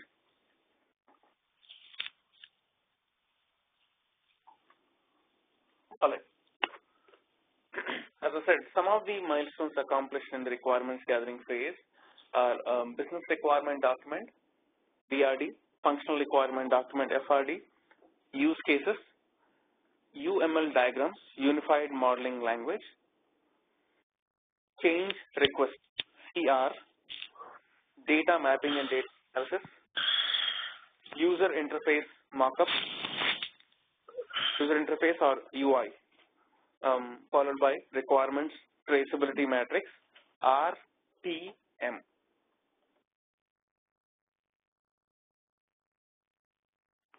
All right. Requirements gathering phase. The objective of requirements gathering phase is to, identify and deep dive and document the requirements. Right? Now, as a business analyst, you will be playing a very critical role in the requirements gathering phase, and as a business analyst, you will be responsible for driving the requirements gathering phase. You will play a very, very critical role, and you will play an active role in the requirements gathering phase. And as a business analyst, you are responsible for interacting with the business users and document, the milestones. Now here, these are the list of milestones that you may end up delivering as a BA in the requirements gathering phase. All right. Now, the objective of our training program is to teach you how to document all these, milestones. Because when you start working in the project, these are the only set of milestones that you will end up working, especially in terms of requirements gathering. Right? And I think if you are familiar with all this and if you know what each of these milestones, is, and also if you can deliver this, I think you're good to go. Okay? And here, pretty much our goal is to make sure that you not only understand each and every milestone, but also, if required, you should be able to document and deliver these milestones. So that's the main objective. Okay? Now, I'm not going to, really deep dive into each and every milestone here because we will have special classes, that we are going to spend on talking about each of the milestones here. But I'm just going to give you a high-level overview of the requirements gathering phase. As I said, the purpose of requirements gathering phase is to deep dive and document the requirements, right? To start with, so how do you start documenting these requirements? So the first milestone here that you see is in the requirements gathering phase is the business requirement document. So this is the first document prepared in the requirements gathering phase. All right, and a business requirement document is a document which captures the high-level business requirements.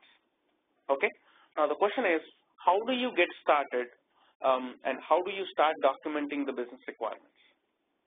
I mean, in other words, what is the reference point for you to start as a BA to start documenting the business requirements?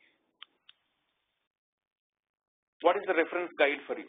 I mean, let us say asking you to document the business requirement, the scope, right? So in the scope and vision document, you have identified the business process, right? So in the requirements gathering phase, you need to elaborate your scope, right? You need to elaborate the business process. And you need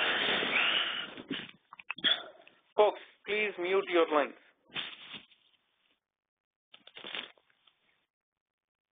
I request all of you to mute your headsets or your phone lines, please. All right. So what we are going to do is we are going to derive the business requirements out of the scope and vision. The scope and vision pretty much is a document where you identify the business process. Now from that process, in the business requirement document, you will elaborate and you will identify the business needs. All right. Now, how do you document it? How do you identify? All this is something which we will, deep dive in the next set of classes when we start talking about BID. Okay. But for now, all you need to understand is, from the scope and vision. From the scope and vision, we derive our business requirements.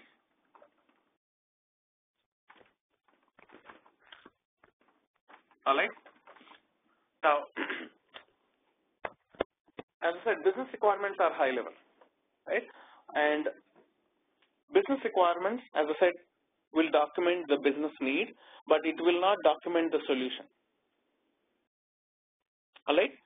The solution as of how a business requirement will be implemented is going to be documented in the functional requirements, which is FRD. So you derive the BRD from the scope, and from the business requirements, you derive the functional requirements. This is just a high level, even if you are not able to figure out the head and tail of it, don't worry about it. Once we get into the project, when we start discussing about each of them, you will be able to understand. But for now, all you need to understand is from the scope, you will derive your business and functional requirements. And these are pretty much the major milestones which are, the input for the developers for the technology and the rest of the team. So I'm not going to discuss about these documents, these milestones, assuming that we will be talking about all these eventually, right? But however, we need to understand as a business analyst, in the requirements gathering phase, you will be interacting with different people, subject matter experts or stakeholders, and you will be gathering requirements. Because whatever you're going to document in the BRD, FRD, or all these milestones, somebody is dictating information and you're documenting it, right? Here, one of the most important question is, as a business analyst, how do you gather requirements? Or in other words, what are the different techniques that you use as a business analyst to gather requirements? Conduct meetings, right? Now, brainstorming, conducting meetings. I have a very, very detailed and elaborate answer because this is one of the most commonly, frequently asked interview questions. The question is like, how do you gather requirements? So I just cannot say this meeting, right? It has to be more detailed because you are a seasoned business analyst. All right? So I'll try to give you some detailed answers. So there are certain set of steps that you should follow as a business analyst in the process of gathering requirements. I'm going to list out all these steps, and as I said, this is going to be important because this is one of the most frequently asked interview questions. Question is, how do you gather requirements? Or what are the methods, what are the techniques that you use, and how would you go about gathering requirements? Something like that. All right. So there are certain steps that I would follow as a business analyst in the process of gathering requirements. Step number one, the first and foremost thing is to identify stakeholders. Identify, or as a matter of fact, identify what information is required. Right? So when you're documenting, when you have to gather requirements, the very first thing that you need to know is, okay, what information do I need to complete my requirements? Right? So identifying the information, identifying what kind of requirements, what is the information that is required, in order to document your requirements. That is step one. Step two is identifying stakeholders. And as a stakeholders or clients, whoever is the business user who is going to dictate the requirements. So step number two here, as I said, is identifying the stakeholders. Now, when I say identifying the stakeholders, depending on the business process, there may be one or more than one stakeholder. All right, and it is important that when you're gathering requirements, you have to interact, you have to involve every stakeholder, every business user in the meeting. If you do not include, let us say if there are 4 people and if you just exclude a couple of them, you keep talking to 1 or 2, and by the end of the day, once you gather the requirement, document it, and when you go for approvals, without the approval of all the 4 stakeholders, the development team will not consume that input, right? And the stakeholders who you did not interact with, they are going to give you a tough time. They will not approve the document because you did not ask them any of their inputs. So they're not going to, they will not be happy about it. So it's important that you identify each and every stakeholder who is going to be, the reviewing and approving authority for this project. And how do you know about it? Probably you'll have to ask people, your project manager or whoever will be helping you identify the stakeholders. So you have to step up and ask.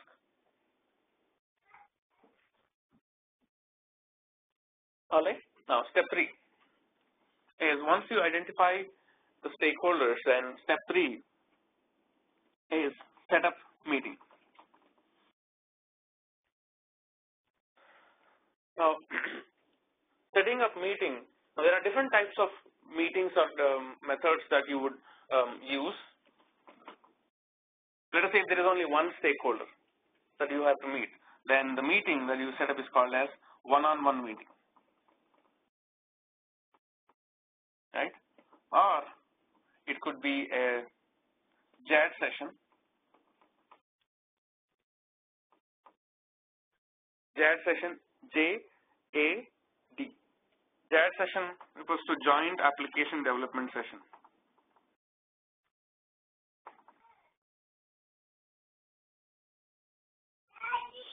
be a one-on-one meeting, or it could be a JAD session, JAD, Joint Application Development Session, or it could be a brainstorming session.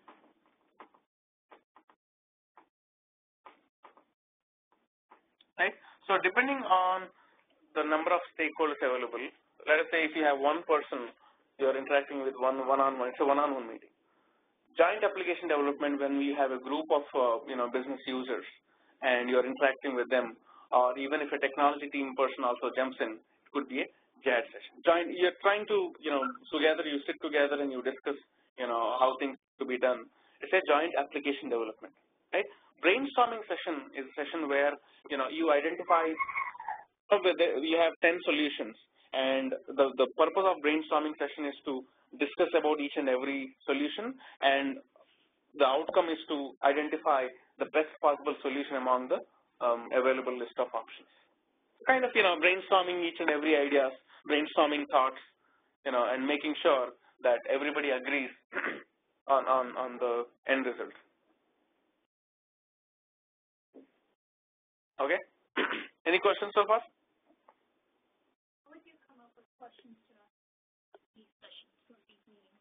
How would you come up with questions? What kind of would you first read the scope and vision to hold the meetings? Because what questions would you ask? I was actually about to talk about it. Now, before you set up, as part of setting up the meeting, step number 4 is to publish the agenda of the meeting. What? Publish meeting agenda. Right? Step number 4, I said, is to publish the agenda of the meeting. So here, as I said, assuming that you know what information you want, at least at a high level, you have to, list out the topics that you want to discuss, and it's very important to publish the, agenda of the meeting, because you want to give a heads up to whoever is joining the meeting, saying that, hey folks, this is what I'm looking for, and this is what I want to capture as part of this meeting. So this is kind of a heads up to whoever is joining the meeting that they should be prepared to answer all these questions revolving around that particular subject. So you will publish whatever, just, bullets of what information are you going to be discussing, about what are you going to discuss in this meeting. All right. Now, once you publish the agenda, always remember, when you plan to set up a meeting, always try to give at least 1 day prior notice. Always, that's a good practice, right? Do not set up meetings. See, normally in the office, you may be using Microsoft Outlook to set up meetings. Okay. So when you start using these Outlook, make sure that you give at least 1 day notice, and look at their calendar. Once you open up their calendar, once you start setting up meeting, you will see what time slots are open. So make sure that you give them sufficient time, at least, as I said, at least 1 day notice. Number 2, make sure that before you set up a meeting, check their calendar, and make sure that you are sending a meeting request on the time zone where they are available. And if you have multiple people who needs to be involved in this meeting, make sure, all of them are available. So I think those are some things which you have to do before you get into this, start setting up meetings, because you don't want to be in a situation where you send a meeting request to 5 people and probably only 2 are available. You cannot drive the meeting without everybody. So make sure, if their calendar is not available, talk to them, identify a common timeline, do your due diligence before you, publish the meeting request to everybody. All right? Because you should not be in a situation where you get into a meeting, nobody is there. Sometimes people do accept and they don't turn up. That's a different story. But they don't even respond to the meeting request sometimes. So there are a lot of situations that you have to deal with, and we'll talk about it later. But at least from your side, whatever you have to do to get people together, do your due diligence and make sure that you are able to pull the crowd into the meeting. Is it possible, like, if we meet 3 people today, is there your portal, meet 3 people today and 1 tomorrow, or we don't do like that? Okay, what you're saying is if I have to meet 4 people, can I meet 3 today? 4th person is not available, or can I meet him tomorrow? You can do it, but the problem is, there will be always conflict. There will be always, because the thing is, 3 of them come to an agreement, and the next day the other guy doesn't even know the context. He may have a difference of opinion, but however, probably if you had all the 4 in one room in one meeting, things could have been even more easy. So I would not complicate the situations. I would wait for 1 more day, make sure get everybody, because I don't want to be, I'm already a barrier, but I don't want to again create more hurdles in this process. I would try my best to get everybody in one room, get all the information, get out. That's always the ideal way of doing it, but it may not happen. As you said, I mean, if I don't have an option, I may have to end up doing the same, whatever you said. Yeah. Exactly. Yeah. Alex, once you publish the meeting agenda, and as I said, right, I had one stakeholder where I was meeting when I was working with the bank back in Minneapolis. The stakeholder used to tell me, Subhash, if you want to set up a meeting, you have to give me at least 2 days notice. At least 2 days notice. Do not set up any meetings, just on the same day, and do not expect me to show up. I'm not going to respond back to your meeting. I'm not going to, accept the meeting. Let's have an agreement. And obviously I knew that this guy was so busy, and he had to organize himself. He had to plan himself, accordingly. And couple of times, I tried to stop by his desk and get some answers, but he was like, Subhash, we had an agreement. I am busy. I cannot talk to you. So just imagine how organized you have to be before you get into this meeting. And that brings up the 5th point, which is preparing a questionnaire.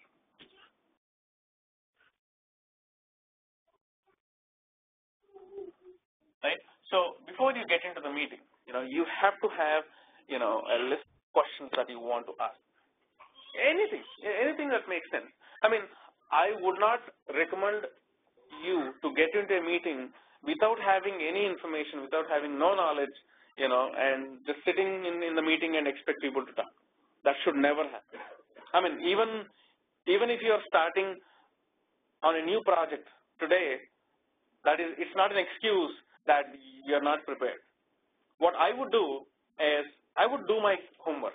Go back, just get hands-on any documents that are available. At least know about the project. Try to understand what they're what's the project about. Frame some questions, some logical questions around that. You don't want to be looking dummy and just sitting and expecting people to talk. That should never be the case. A business analyst should be the driver of the meeting. Nobody should be driving the meeting. You should drive and you should ask questions. Of course, it's going to be a little challenging when you start the project, because some of the questions that you may ask may not be logical to the concept, but at least you are stepping up, and eventually once you start asking questions, then you will know what is right and what is wrong, and eventually you will get to the direction. But if you're not asking questions, if you're not doing your due diligence, if you're not doing your homework, then you will definitely be lagging behind. And people will probably think that this guy, this BA is just coming to the meetings, he's not even talking, he's not prepared. We cannot just sit and spoon feed him. Nobody's going to do that. If you start working in a new project, get your hands on. Before you get into the meeting, try to get a hold of the stakeholder. Ask him, hey, you know what, I'm starting this project today. I have no idea, no background. Can you at least spend some time, give me some background, or at least give me some document where I can go through and catch up, and probably I'll come back with questions. So all these are some things which you can do. Just because you are new to the project and because you do not know the process doesn't mean that it's an excuse. Don't look for excuses, look for solutions. Right? So preparing a questionnaire, whatever logical questions that you could ask before you get into the meeting. And finally, once you get into the meeting, right, make sure that you clearly announce the objective of the meeting. Okay? Once you start the meeting, see, normally the meetings may be physically in a room, where everybody is walking into the room, or sometimes it could be a conference call where everybody gets on this conference call and they talk, right? And sometimes what happens is most of the stakeholders, they are so busy that they don't even, they have lined up meetings from morning to evening, and all they know is the Outlook, there's a meeting popped up, they just dial in, right? They're probably, carrying a lot of information from the previous meeting, and they get in, they have no clue what's going on. I mean, in spite of you sending the, agenda of the meeting, probably they may never have looked at it, right? So it's very important that you clearly tell them what is the objective. Okay, tell them the objective, what is the purpose of the meeting, what is that you want to accomplish out of this meeting, so that you can drive the meeting and, do not let anybody hijack the meeting. Right, your meeting purpose should be met. So make sure that everybody, you announce everybody, everybody knows what's the purpose, and start asking questions. Right, start asking questions. I'm sorry. What is in the meeting agenda? The purpose of the meeting is in the meeting agenda, but sometimes what happens is they may not even look at the meeting request. I mean, I did it a lot of times. I had a lot of stakeholders who stepped up. They were like, oh, what are we talking about? So they don't look at it, and I'm not going to blame them because they're so busy.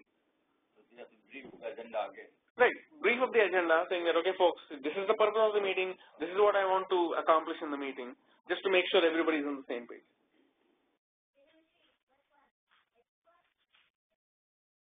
All right. Once you get into the meeting, start asking questions, and they will start dictating the answers to you, and make the running notes, out of the meeting. Right? Make sure that every information that is being shared to you is quickly documented. You may not have time to, document it in an official format, but at least whatever you are comfortable with, you can take a pen and paper into the meeting, and or you can probably take your laptop, whatever you are comfortable with. You can record. Yeah, sometimes companies also record meetings, but recording is something which doesn't happen in every client place.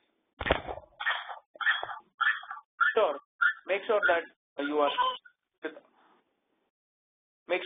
clear with all the answers that are being shared, and also once you get out of the meeting, you cannot go back and ask the same question again and again. All right. If you have any question or confusion about any statement in the meeting, make sure it's clarified then and there. Slow them down. If a question doesn't make sense, ask it again. That is fine. But once the meeting is over, you're not going back asking it again and again, because people will get annoyed.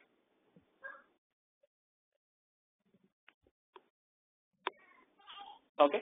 Now, once you make this quick and short running notes, and once you go back to your desk, you will be publishing all the information. You will summarize all this information, and you will publish the MOM, which is called as minutes of meeting or meeting minutes. Right? Once you go back, you will publish the MOM, minutes of the meeting. Now, what is this minutes of meeting capture? In the meeting minutes, you will list out the audience who have attended the meeting, list of attendees, what were the key decisions made in the meeting, so what were the key conclusions, what were the key decisions, what were the outcome of the meeting, what are the takeaways of the meeting. For example, stakeholder XYZ says, I'll come back to you on this topic probably tomorrow, or another resource client says, I'll come back with you the requirements day after tomorrow. Follow, it's a takeaway for them, right? So you have to document all those takeaways and also the timelines, when they agreed upon everything, right? Because you want to follow up on those takeaways. because you cannot be again coming back to square one as of, okay, where am I standing? It shouldn't be the case. So you should have the follow-ups, takeaways, all the key decisions, everything as a summarized minutes of meeting. And normally every client will have their own format of minutes of meeting. I'll also show you some sample minutes of meeting as of how you can document it. But pretty much you can use a template, or you can actually publish it in an email, whatever works and whatever the client process goes, wherever you work. But I'll show you some standard process as well. Will be provided by the company, or we got to figure out? Every template, if the client is following a template that you have to use for publishing minutes of meeting, they will provide the template. Or else, I would just draft it in an email and just publish it to everybody. If there is no meeting format or template format that they follow, I would just publish it in an email and then send it to everybody. Yeah, go ahead. Based on if there's one BA for a project, then you're leading the meeting. What if there's multiple BAs and there's a BA lead? How does that work? Okay, so now a project can have one or more BAs. There could, as you said, there could be a lead BA and probably like 4 to 5 BAs assigned to the lead.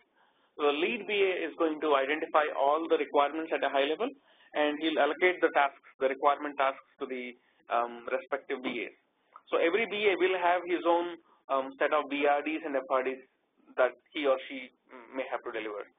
So when you know as a BA, you will know what documents you are going to work on, what milestones that you will be working on, and you will be driving your own meetings, your own stuff.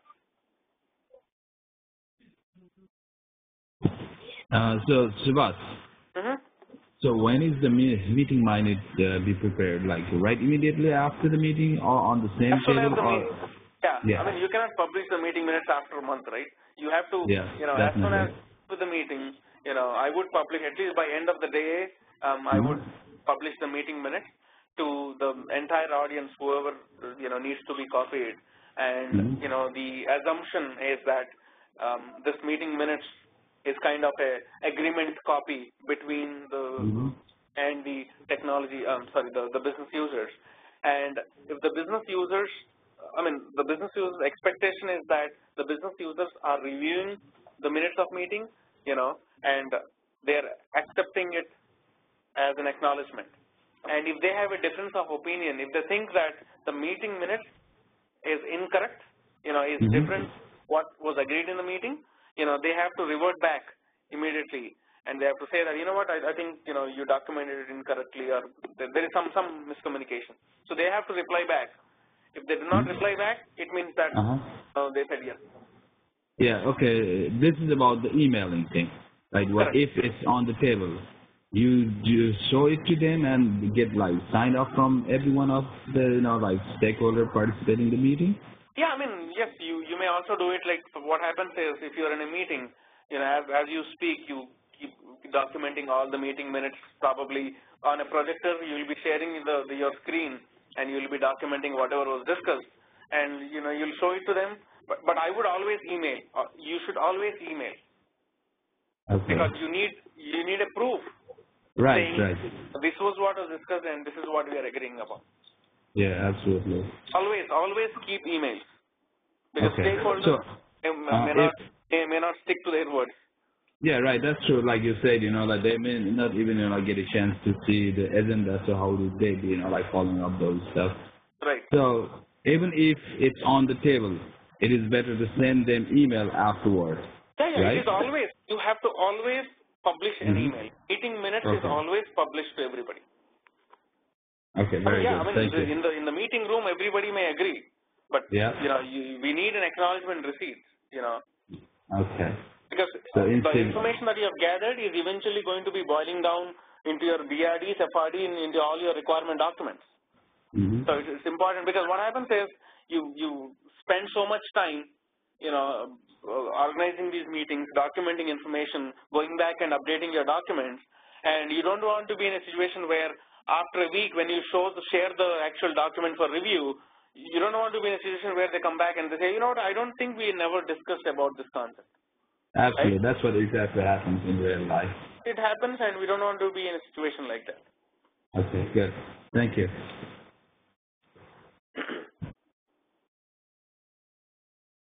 All right.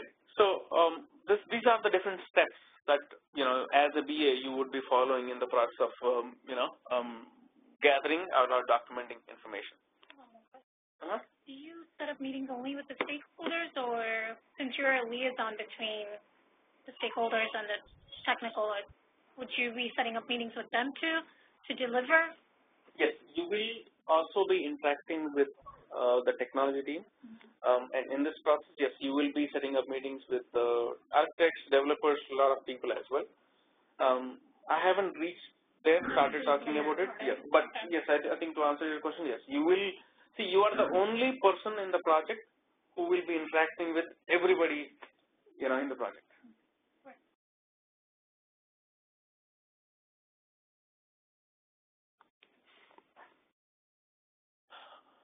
And most of the time, you will be using Microsoft Office to document requirements, and especially the BRD, FRD. Most of the time, they are documented using Word or Excel. So if you are familiar with Excel, I think you are good. You don't have to be an expert in Word or Excel. Even if you know the basics, I think anybody can learn Word and Excel. It's just about documentation. And of course, we'll teach you, how to document, what to document. Every document will have a predefined template. So if at all you have to document a BRD or as a matter of fact, any document, the first thing that you have to ask is, do we have a template? If yes, where do I find the template? The answer will always be yes, because at this point, every client will have predefined, templates. Like Bank of America or Citi, any bank, any customer, any client that you take, they already have a process set up. They are into software development. They will have predefined standards that they are already following. You just have to fill in the template and pick up the template and fill in the blanks.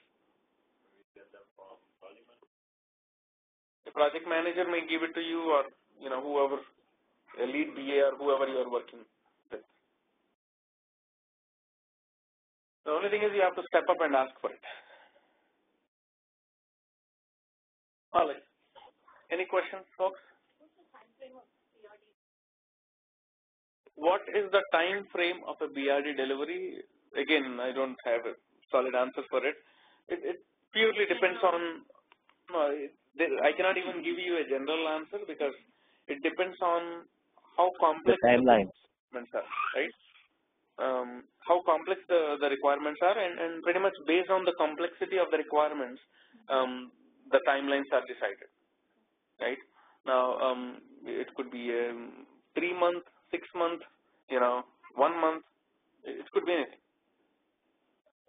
I mean, you could probably finish it in 1 week also, or probably, as a matter of fact, couple of days also. It purely depends on the case-by-case basis and also timelines basis. It's all predefined.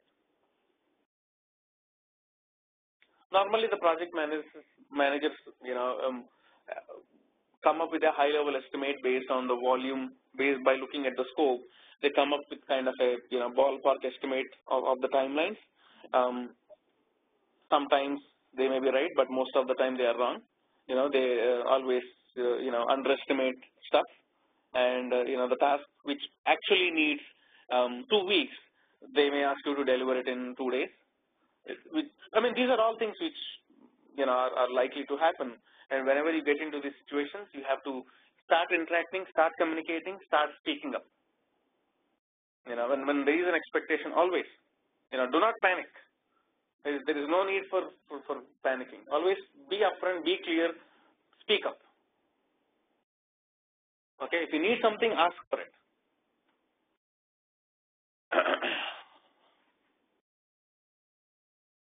All right. Moving on to the design phase.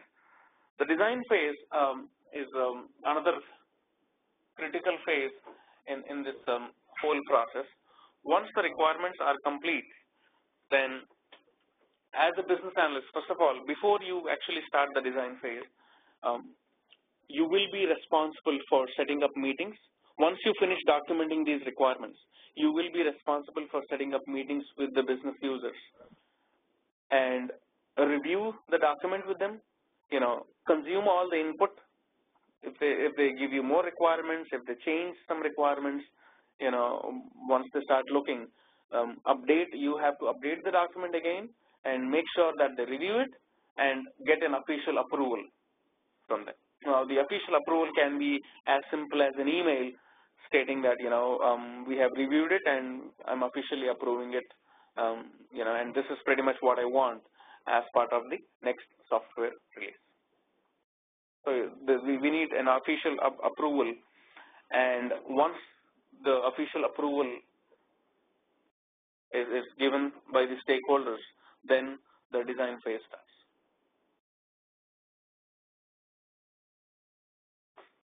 Okay, what is design phase?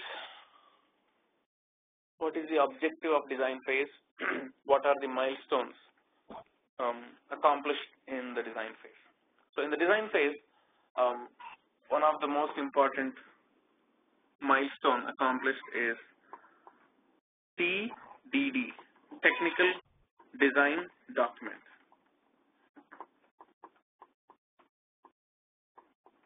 I repeat, one of the milestones accomplished in the design phase is the Technical Design Document. They also call it as TDD. All right. As soon as the requirements gathering is complete, the next step is the design. In the design phase, the objective of the design phase is to design the architecture of the software that you're trying to develop. Every software will have an architecture design, right? And here in the design phase, the technical architect and a team of technical architects are responsible for designing the architecture of the software. And the milestone accomplished in the design phase is the technical design document. So this technical design document is the document which captures the architecture design as of how the design of the software architecture will look like and how the design will be framed, as per the requirements. Simple example. Let us say if you have to construct a house, right? Your scope is defined. You want a big house, a 5-bedroom house with a master bath, a 5-car parking garage. Then you also want a swimming pool. So your scope is clear. Your requirements are also clear. Right? Your budget, everything is clear. Your requirements are clear. How much big each room should be, what's the size. Your requirements are clear. Okay, and you got all the approvals, from the the municipality or whatever is required, right? What do you next? What is the next step? Do you go ahead and do you hire the construction workers and start the construction, or do you go ahead and hire a civil engineer to design the blueprint or architecture of the building, right? The first thing that you do is, tell him, what, I want a building to be constructed, a house to be constructed, and, I need the civil architecture design, the civil plan, the civil layout or the blueprint of the building, right? Because without the civil architecture design, the construction workers cannot start their work, right? Because the construction is based on the plan, the architecture, right, or the blueprint. So similarly, even in the IT industry, the design team, the architects are responsible for designing the architecture, before the development kicks off. Now, the question is, in order to design the architecture of software, what is the input for the technical architects? What information do you think would the technical architects need in order to accomplish their design, in order to finish their design?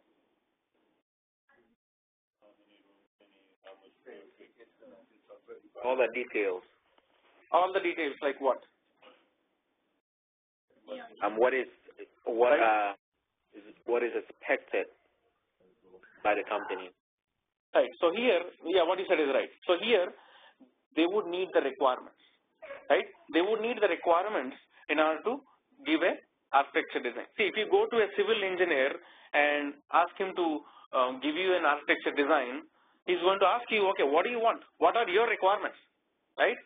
So when you tell him that, okay, you need a 5-bedroom house, you know, you need a car parking garage, all this information is required for him because he is going to design the architecture based on your requirement, right? Similarly, even in the IT industry, in the design phase, the technical architects would need the requirements, right? Now here, as a business analyst, you will be setting up meetings with the design team, the architects, and you will be reviewing the requirements, you will explain the requirements, you will walk them through the requirements. Okay? Based on the requirements that you provide them, you know, they are going to start designing the architecture. Now, what may also happen here sometimes, you know, based on the requirements that you, review and provide them, sometimes they may come back and they say, you know what, this is not feasible to implement. Right? Just like, you know, the same happens in your, when you go to your architect, right, civil architect. You tell him that, you know what, you want a 5-bedroom. You know, after looking at the space that you have, he may come back and say, you know, with the space that you have, I don't think you can get 5 bedrooms, but probably we can do 4 bedrooms. So they come back, the technical team will also come back, the architecture team, the design team, you know, which comprise of the technical architects will come back and they'll tell you, you know, in case if there is a technical challenges. And you as a business analyst will have to understand that, you know, from a functional standpoint of view. And again, you don't have to understand technology. You know, just communicate the same to the business users and, you know, go back to them with an alternative solution. If there is a problem, yeah, you should pretty much figure out a workaround solution and, you know, communicate with them, make sure they are okay with that, and, you know, you will also be playing a liaison. But again, when you are not able to communicate this technical information, I would, you know, set up meeting with both the teams at the same time, put the business, put the technology, you know, let them discuss and let them sort it out. That is something which makes more sense because the technology team can speak in technical terms, and sometimes business users, as a BA, when you go back and tell them that it's not feasible, probably they may not be happy with that. But if the same language comes from, same words come from the technical architects team, it may be a different, you know, picture. So depending on the situation, depending on who you are working with, who you are dealing with, you will have to, you know, act accordingly and make sure that at the end of the day, the whole team is on the same page. All right? Any questions? You don't think you would need some kind of background to understand why a certain thing is not feasible based on what the architect is saying? Yeah. Sometimes what happens is they explain they try to tell me in technical terms, and I tell them, you know what, I don't understand what you're talking about. Explain me in English what the problem is. That's what I would tell them. And again, as a BA, they won't expect you to understand what they're talking about, and that's the reason they always try to make it as simple as possible. And if they don't do it, it's your job to ask them, make it simplify. Sometimes they forget that I'm not a technical person and they start talking about technology. I just stop them and I tell them that, you know what, I think I have to remind you that I'm not a technical guy. You know, explain me in English why you cannot do it. You know, you're just going to translate it to the client the same exact way. Sometimes stakeholders might also not understand. Sometimes, correct. You know, but end of the day, the message is that it cannot be done. Right? That's all. That's all they have to understand finally. But we have to get their approval also before we proceed. Correct. Without if there is a deviation in what is asked for, then obviously you have to always communicate, make sure that, you know, they are okay, do not take things for granted. Right. So at that point, do we do a change request or we revise the scope? You may have to go back and you may have to update the scope, or you may have to update the requirement. There are different techniques, you know, that follow to do it. Especially we document something called as change request, CR. We'll talk about it as well eventually. But yeah, pretty much as a BA, you will be documenting all these changes as well. and make sure that everybody understands what needs to be done.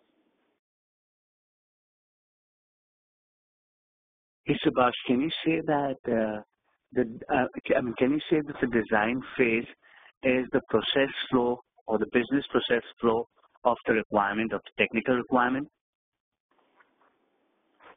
Business process flow of the technical requirement, I'm not sure what you mean by business process flow of technical requirements. It's like, what I would say. Technical design is basically a document which directs the developers as of how they should be developing. It's a technical solution.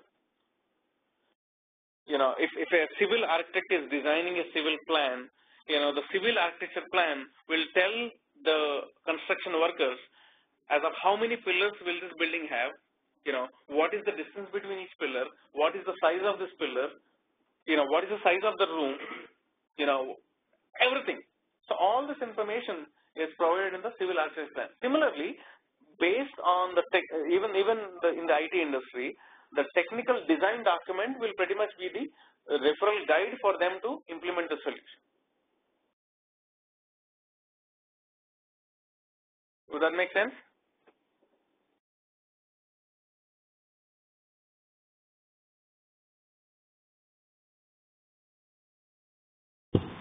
Quick question, Shiva. So, this is not related to the flow charts, right? No. Okay, this is something that's before the developer. No, this is not related to flow. This has nothing to do with flowchart. Okay, this is a technical solution. Okay. So it is before the developer. Correct. Before the development has not yet started. Okay, yeah, got it. No. Thank you. Right. Any questions, folks? The technical team, they don't deal with No. As a BA, you will be always you will be the liaison. And if required, once in a while they may start interacting with you, but so it's an indirect relationship. Correct. Subhash, so technical design document is also something like a functional design document, right? No. Functional requirement document is different. Technical design document is different. As a business analyst, you will not be involved in any of the design activities. You are not responsible for designing the architecture. What goes in the design document, what goes in the, what is the recommendation of technical design, you don't make a call on it. You don't even have to understand it. It's pure, complete technology. But functional design document is part of your requirements gathering phase, where you will document the solution for the functionality of the system. Okay, so in the requirements gathering phase, you don't have to worry about them too much, because we are going to list out each and everything. We are going to document them anyway. But I wouldn't worry about what goes in a design document, how a design document looks like, because I would never review it or never document it. All my role as a BA in the design phase, in the technical design phase, is to help them understand the requirements and clarify all the requirement related questions. That's all I'm going to do. Okay.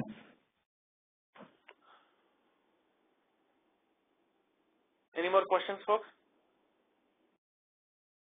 So we can be giving them what kind of document, because they won't be understanding the FRD or BRD system. Who won't be understanding the BRD or FRD? Technical guys.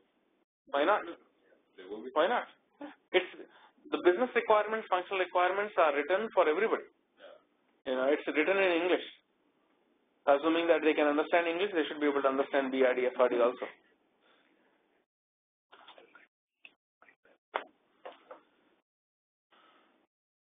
All right, folks. If you don't have any questions, then I think I'm done for the day today. But I think most of you have joined the class today for the first time, and probably are familiar with our blog. So I'm going to show you I'm going to show you the training blog that we offer to our students quickly for the next I'm going to give you an overview of the training blog. Just give me one quick second. But in the meantime, while I try to open up this blog and show it to you, if you have any questions, you're free to ask.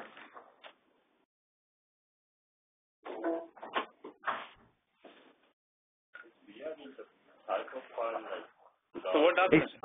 Hey Subhash, this is Keith. Can you please send me the link to that SharePoint or to the blog where the documents are stored? You could send it to my email address, please. This blog, you will get the blog access after registration. Okay. But I will show you. I'm going to give you a quick overview of how the blog looks like. Subhash, I have a question, please. Yeah, go ahead. What are the ERP systems we're going to be using? Like, are we using any of them or no? No. Why you won't be working on or using any of the ERP system. Always remember, there is no technology involved here. You know, as a business analyst, you will always be interacting with the business, documenting requirements.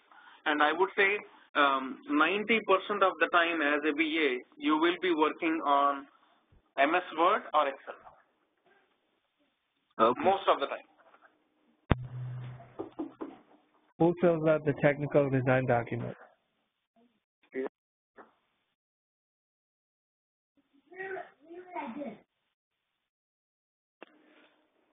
Sorry, come again? Who fills out the technical design document? I'm sorry, what did you say? Come again? I apologize. I'm not able to hear. Okay, I'm saying who fills out the technical design document? Is it the BA's job or technical team? The technical architects are responsible for designing the technical architecture. A business analyst will not be involved in that at all. Okay.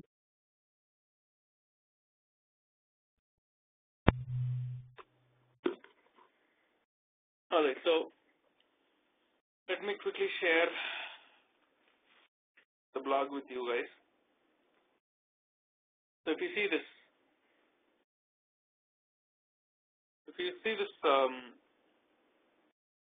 link, so we have so many portals or blogs that we have created. So every month we have batches, training batches, and every month we create this blog for every time that we start this batch.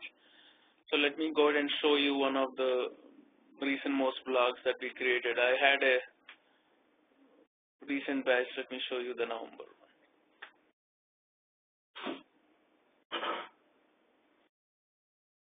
All right. So as I said, in order to get access to this blog, you have to register in order to get access. Once you get access to this blog, there are so many things that you could do. This is our home page. And again, as this is a Google blog, I would need your Gmail, a Google account, in order to give you access. So you have to give me your Google Gmail ID, in order to get access to this. So as soon as I add you, you will get a link saying that we have added you or added to a blog. All you have to do is just click the link and use your Google user ID password to sign in, and you should be able to access this. Right now, here the home page. This is one of my demo videos which is also on YouTube. I'll show you a couple of quick important things. Materials. See, there's a lot of information here. Real-time projects, the SDLC concepts, testing concepts, interview question and answers. A lot of information here. You can actually directly download all this information into your desktop. It's a permanent download onto your desktop. Yeah. I had access to this blog and I was looking at the resume, and once you click on view and stuff, it doesn't let you even see it. It's not loading properly. It could be some technical issue. We'll fix it. But you should be able to, download everything here that is being shown, right? Assignments. If you see here, assignments is basically a section where, all the students post their assignments. So for every class, every Sunday before we leave, I, give you some assignments, and the assignment that I give you will be posted on the blog. So what I'm going to do is, let us say, today I have to give you an assignment. What I'm going to do is, I'm going to say new post, and, add the title of the post, and, description of the post, and let us say, if I have to attach today's notes, we had notes in the class today, right? So this is a note. So what I'm going to do is I'm going to just say add file and attach the notes and just say save. The moment I save it,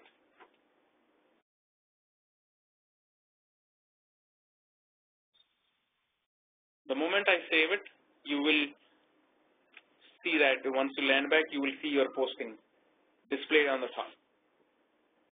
So in this way, a lot of students who have posted their assignments, Nasir, Sharmila, Nidhi, so a lot of students have posted their assignments on the blog here.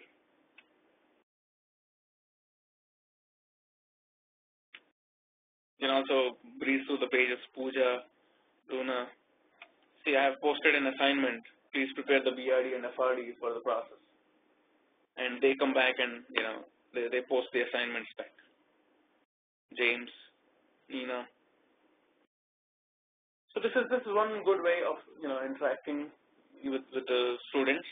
And also, the best part is you can not only post your assignments, but you can also see, what the other students have posted on the blog. You can compare and you can check how things are different from you versus the rest of the team. Right? And first thing, as soon as you get access to the blog, you have to go click this More Actions spinning wheel on the top and select Subscribe to Site Changes. Alright, here I have already subscribed. That's the reason it says unsubscribe. But you will see an option called as Subscribe to Site Changes. As soon as you click this Subscribe to Site Changes, anybody posts anything on this blog, you will get an email notification. So you don't have to keep looking, logging back and see if somebody posted an assignment or if I posted an assignment, so everything will be automatically notified. Most important part, the videos. Every class is recorded, as I said, right? And all the classes will be posted on the blog directly. You see this, right? The November batch, pretty much all the videos have been, it looks like there's an issue with this video. Pretty much all the videos have been posted. Right? In order to access the videos, all you have to do is make sure that you have the latest, of whatever browser you're using. Chrome always works, and I think even if you have a Mac or anything, it should still be working. All you have to do is just click the play, and it starts loading. And you should be able to hear, pretty much the audio should be clear, and also the document, whatever. Or when you're trying to, pretty much should be clear. You can go full screen, and you should be able to see everything that has been posted. Okay. Come on. All right. So pretty much this is our training blog, and we see this whole. And again, let us say I post a video on Monday. The moment you subscribe to Site Changes, you will get an email saying that, okay, there was a video posted. So you don't have to, keep logging in and checking back again and again. Normally, as we already know, the classes are on Saturdays and Sundays, and we post these videos by Tuesday noon. because it takes time for us to, because all these videos are processed on WebEx. We get these video recordings, we have to convert them into the, playable format for you, and we have to upload this. It takes, time for us to do it. So by Tuesday noon, we can, we usually try to publish all the videos over the weekend. Okay, and how long is this blog available to you? This blog is available for 6 months. And also, I think once you register with us, you will have a lifetime access to our training. If you want to come back and if you want to revisit our training, if you want to, refresh some of the topics. Like I always have students coming back. They go work in the project, they want to revise a concept. They always come back and they attend. There is no second time registration fees or anything. Just one time and you will have unlimited access. And as you see, we have batches every month. All you have to do is just figure out when is the next batch, and or if there is a topic that you want to know, you can always come back and ask them. Okay, and if you want my contact information, I'm not sure how many of you have my contact info, but yeah. Hey Subhash, this is Keith. So am I calling you up offline after this class, right? Yeah, you can call me after this class. Please call me around 12:45. Understandable. Or is it possible you could call me? Do you have my phone number? Can you call me? Do you want me to give you my phone number on the chat? Yes, please.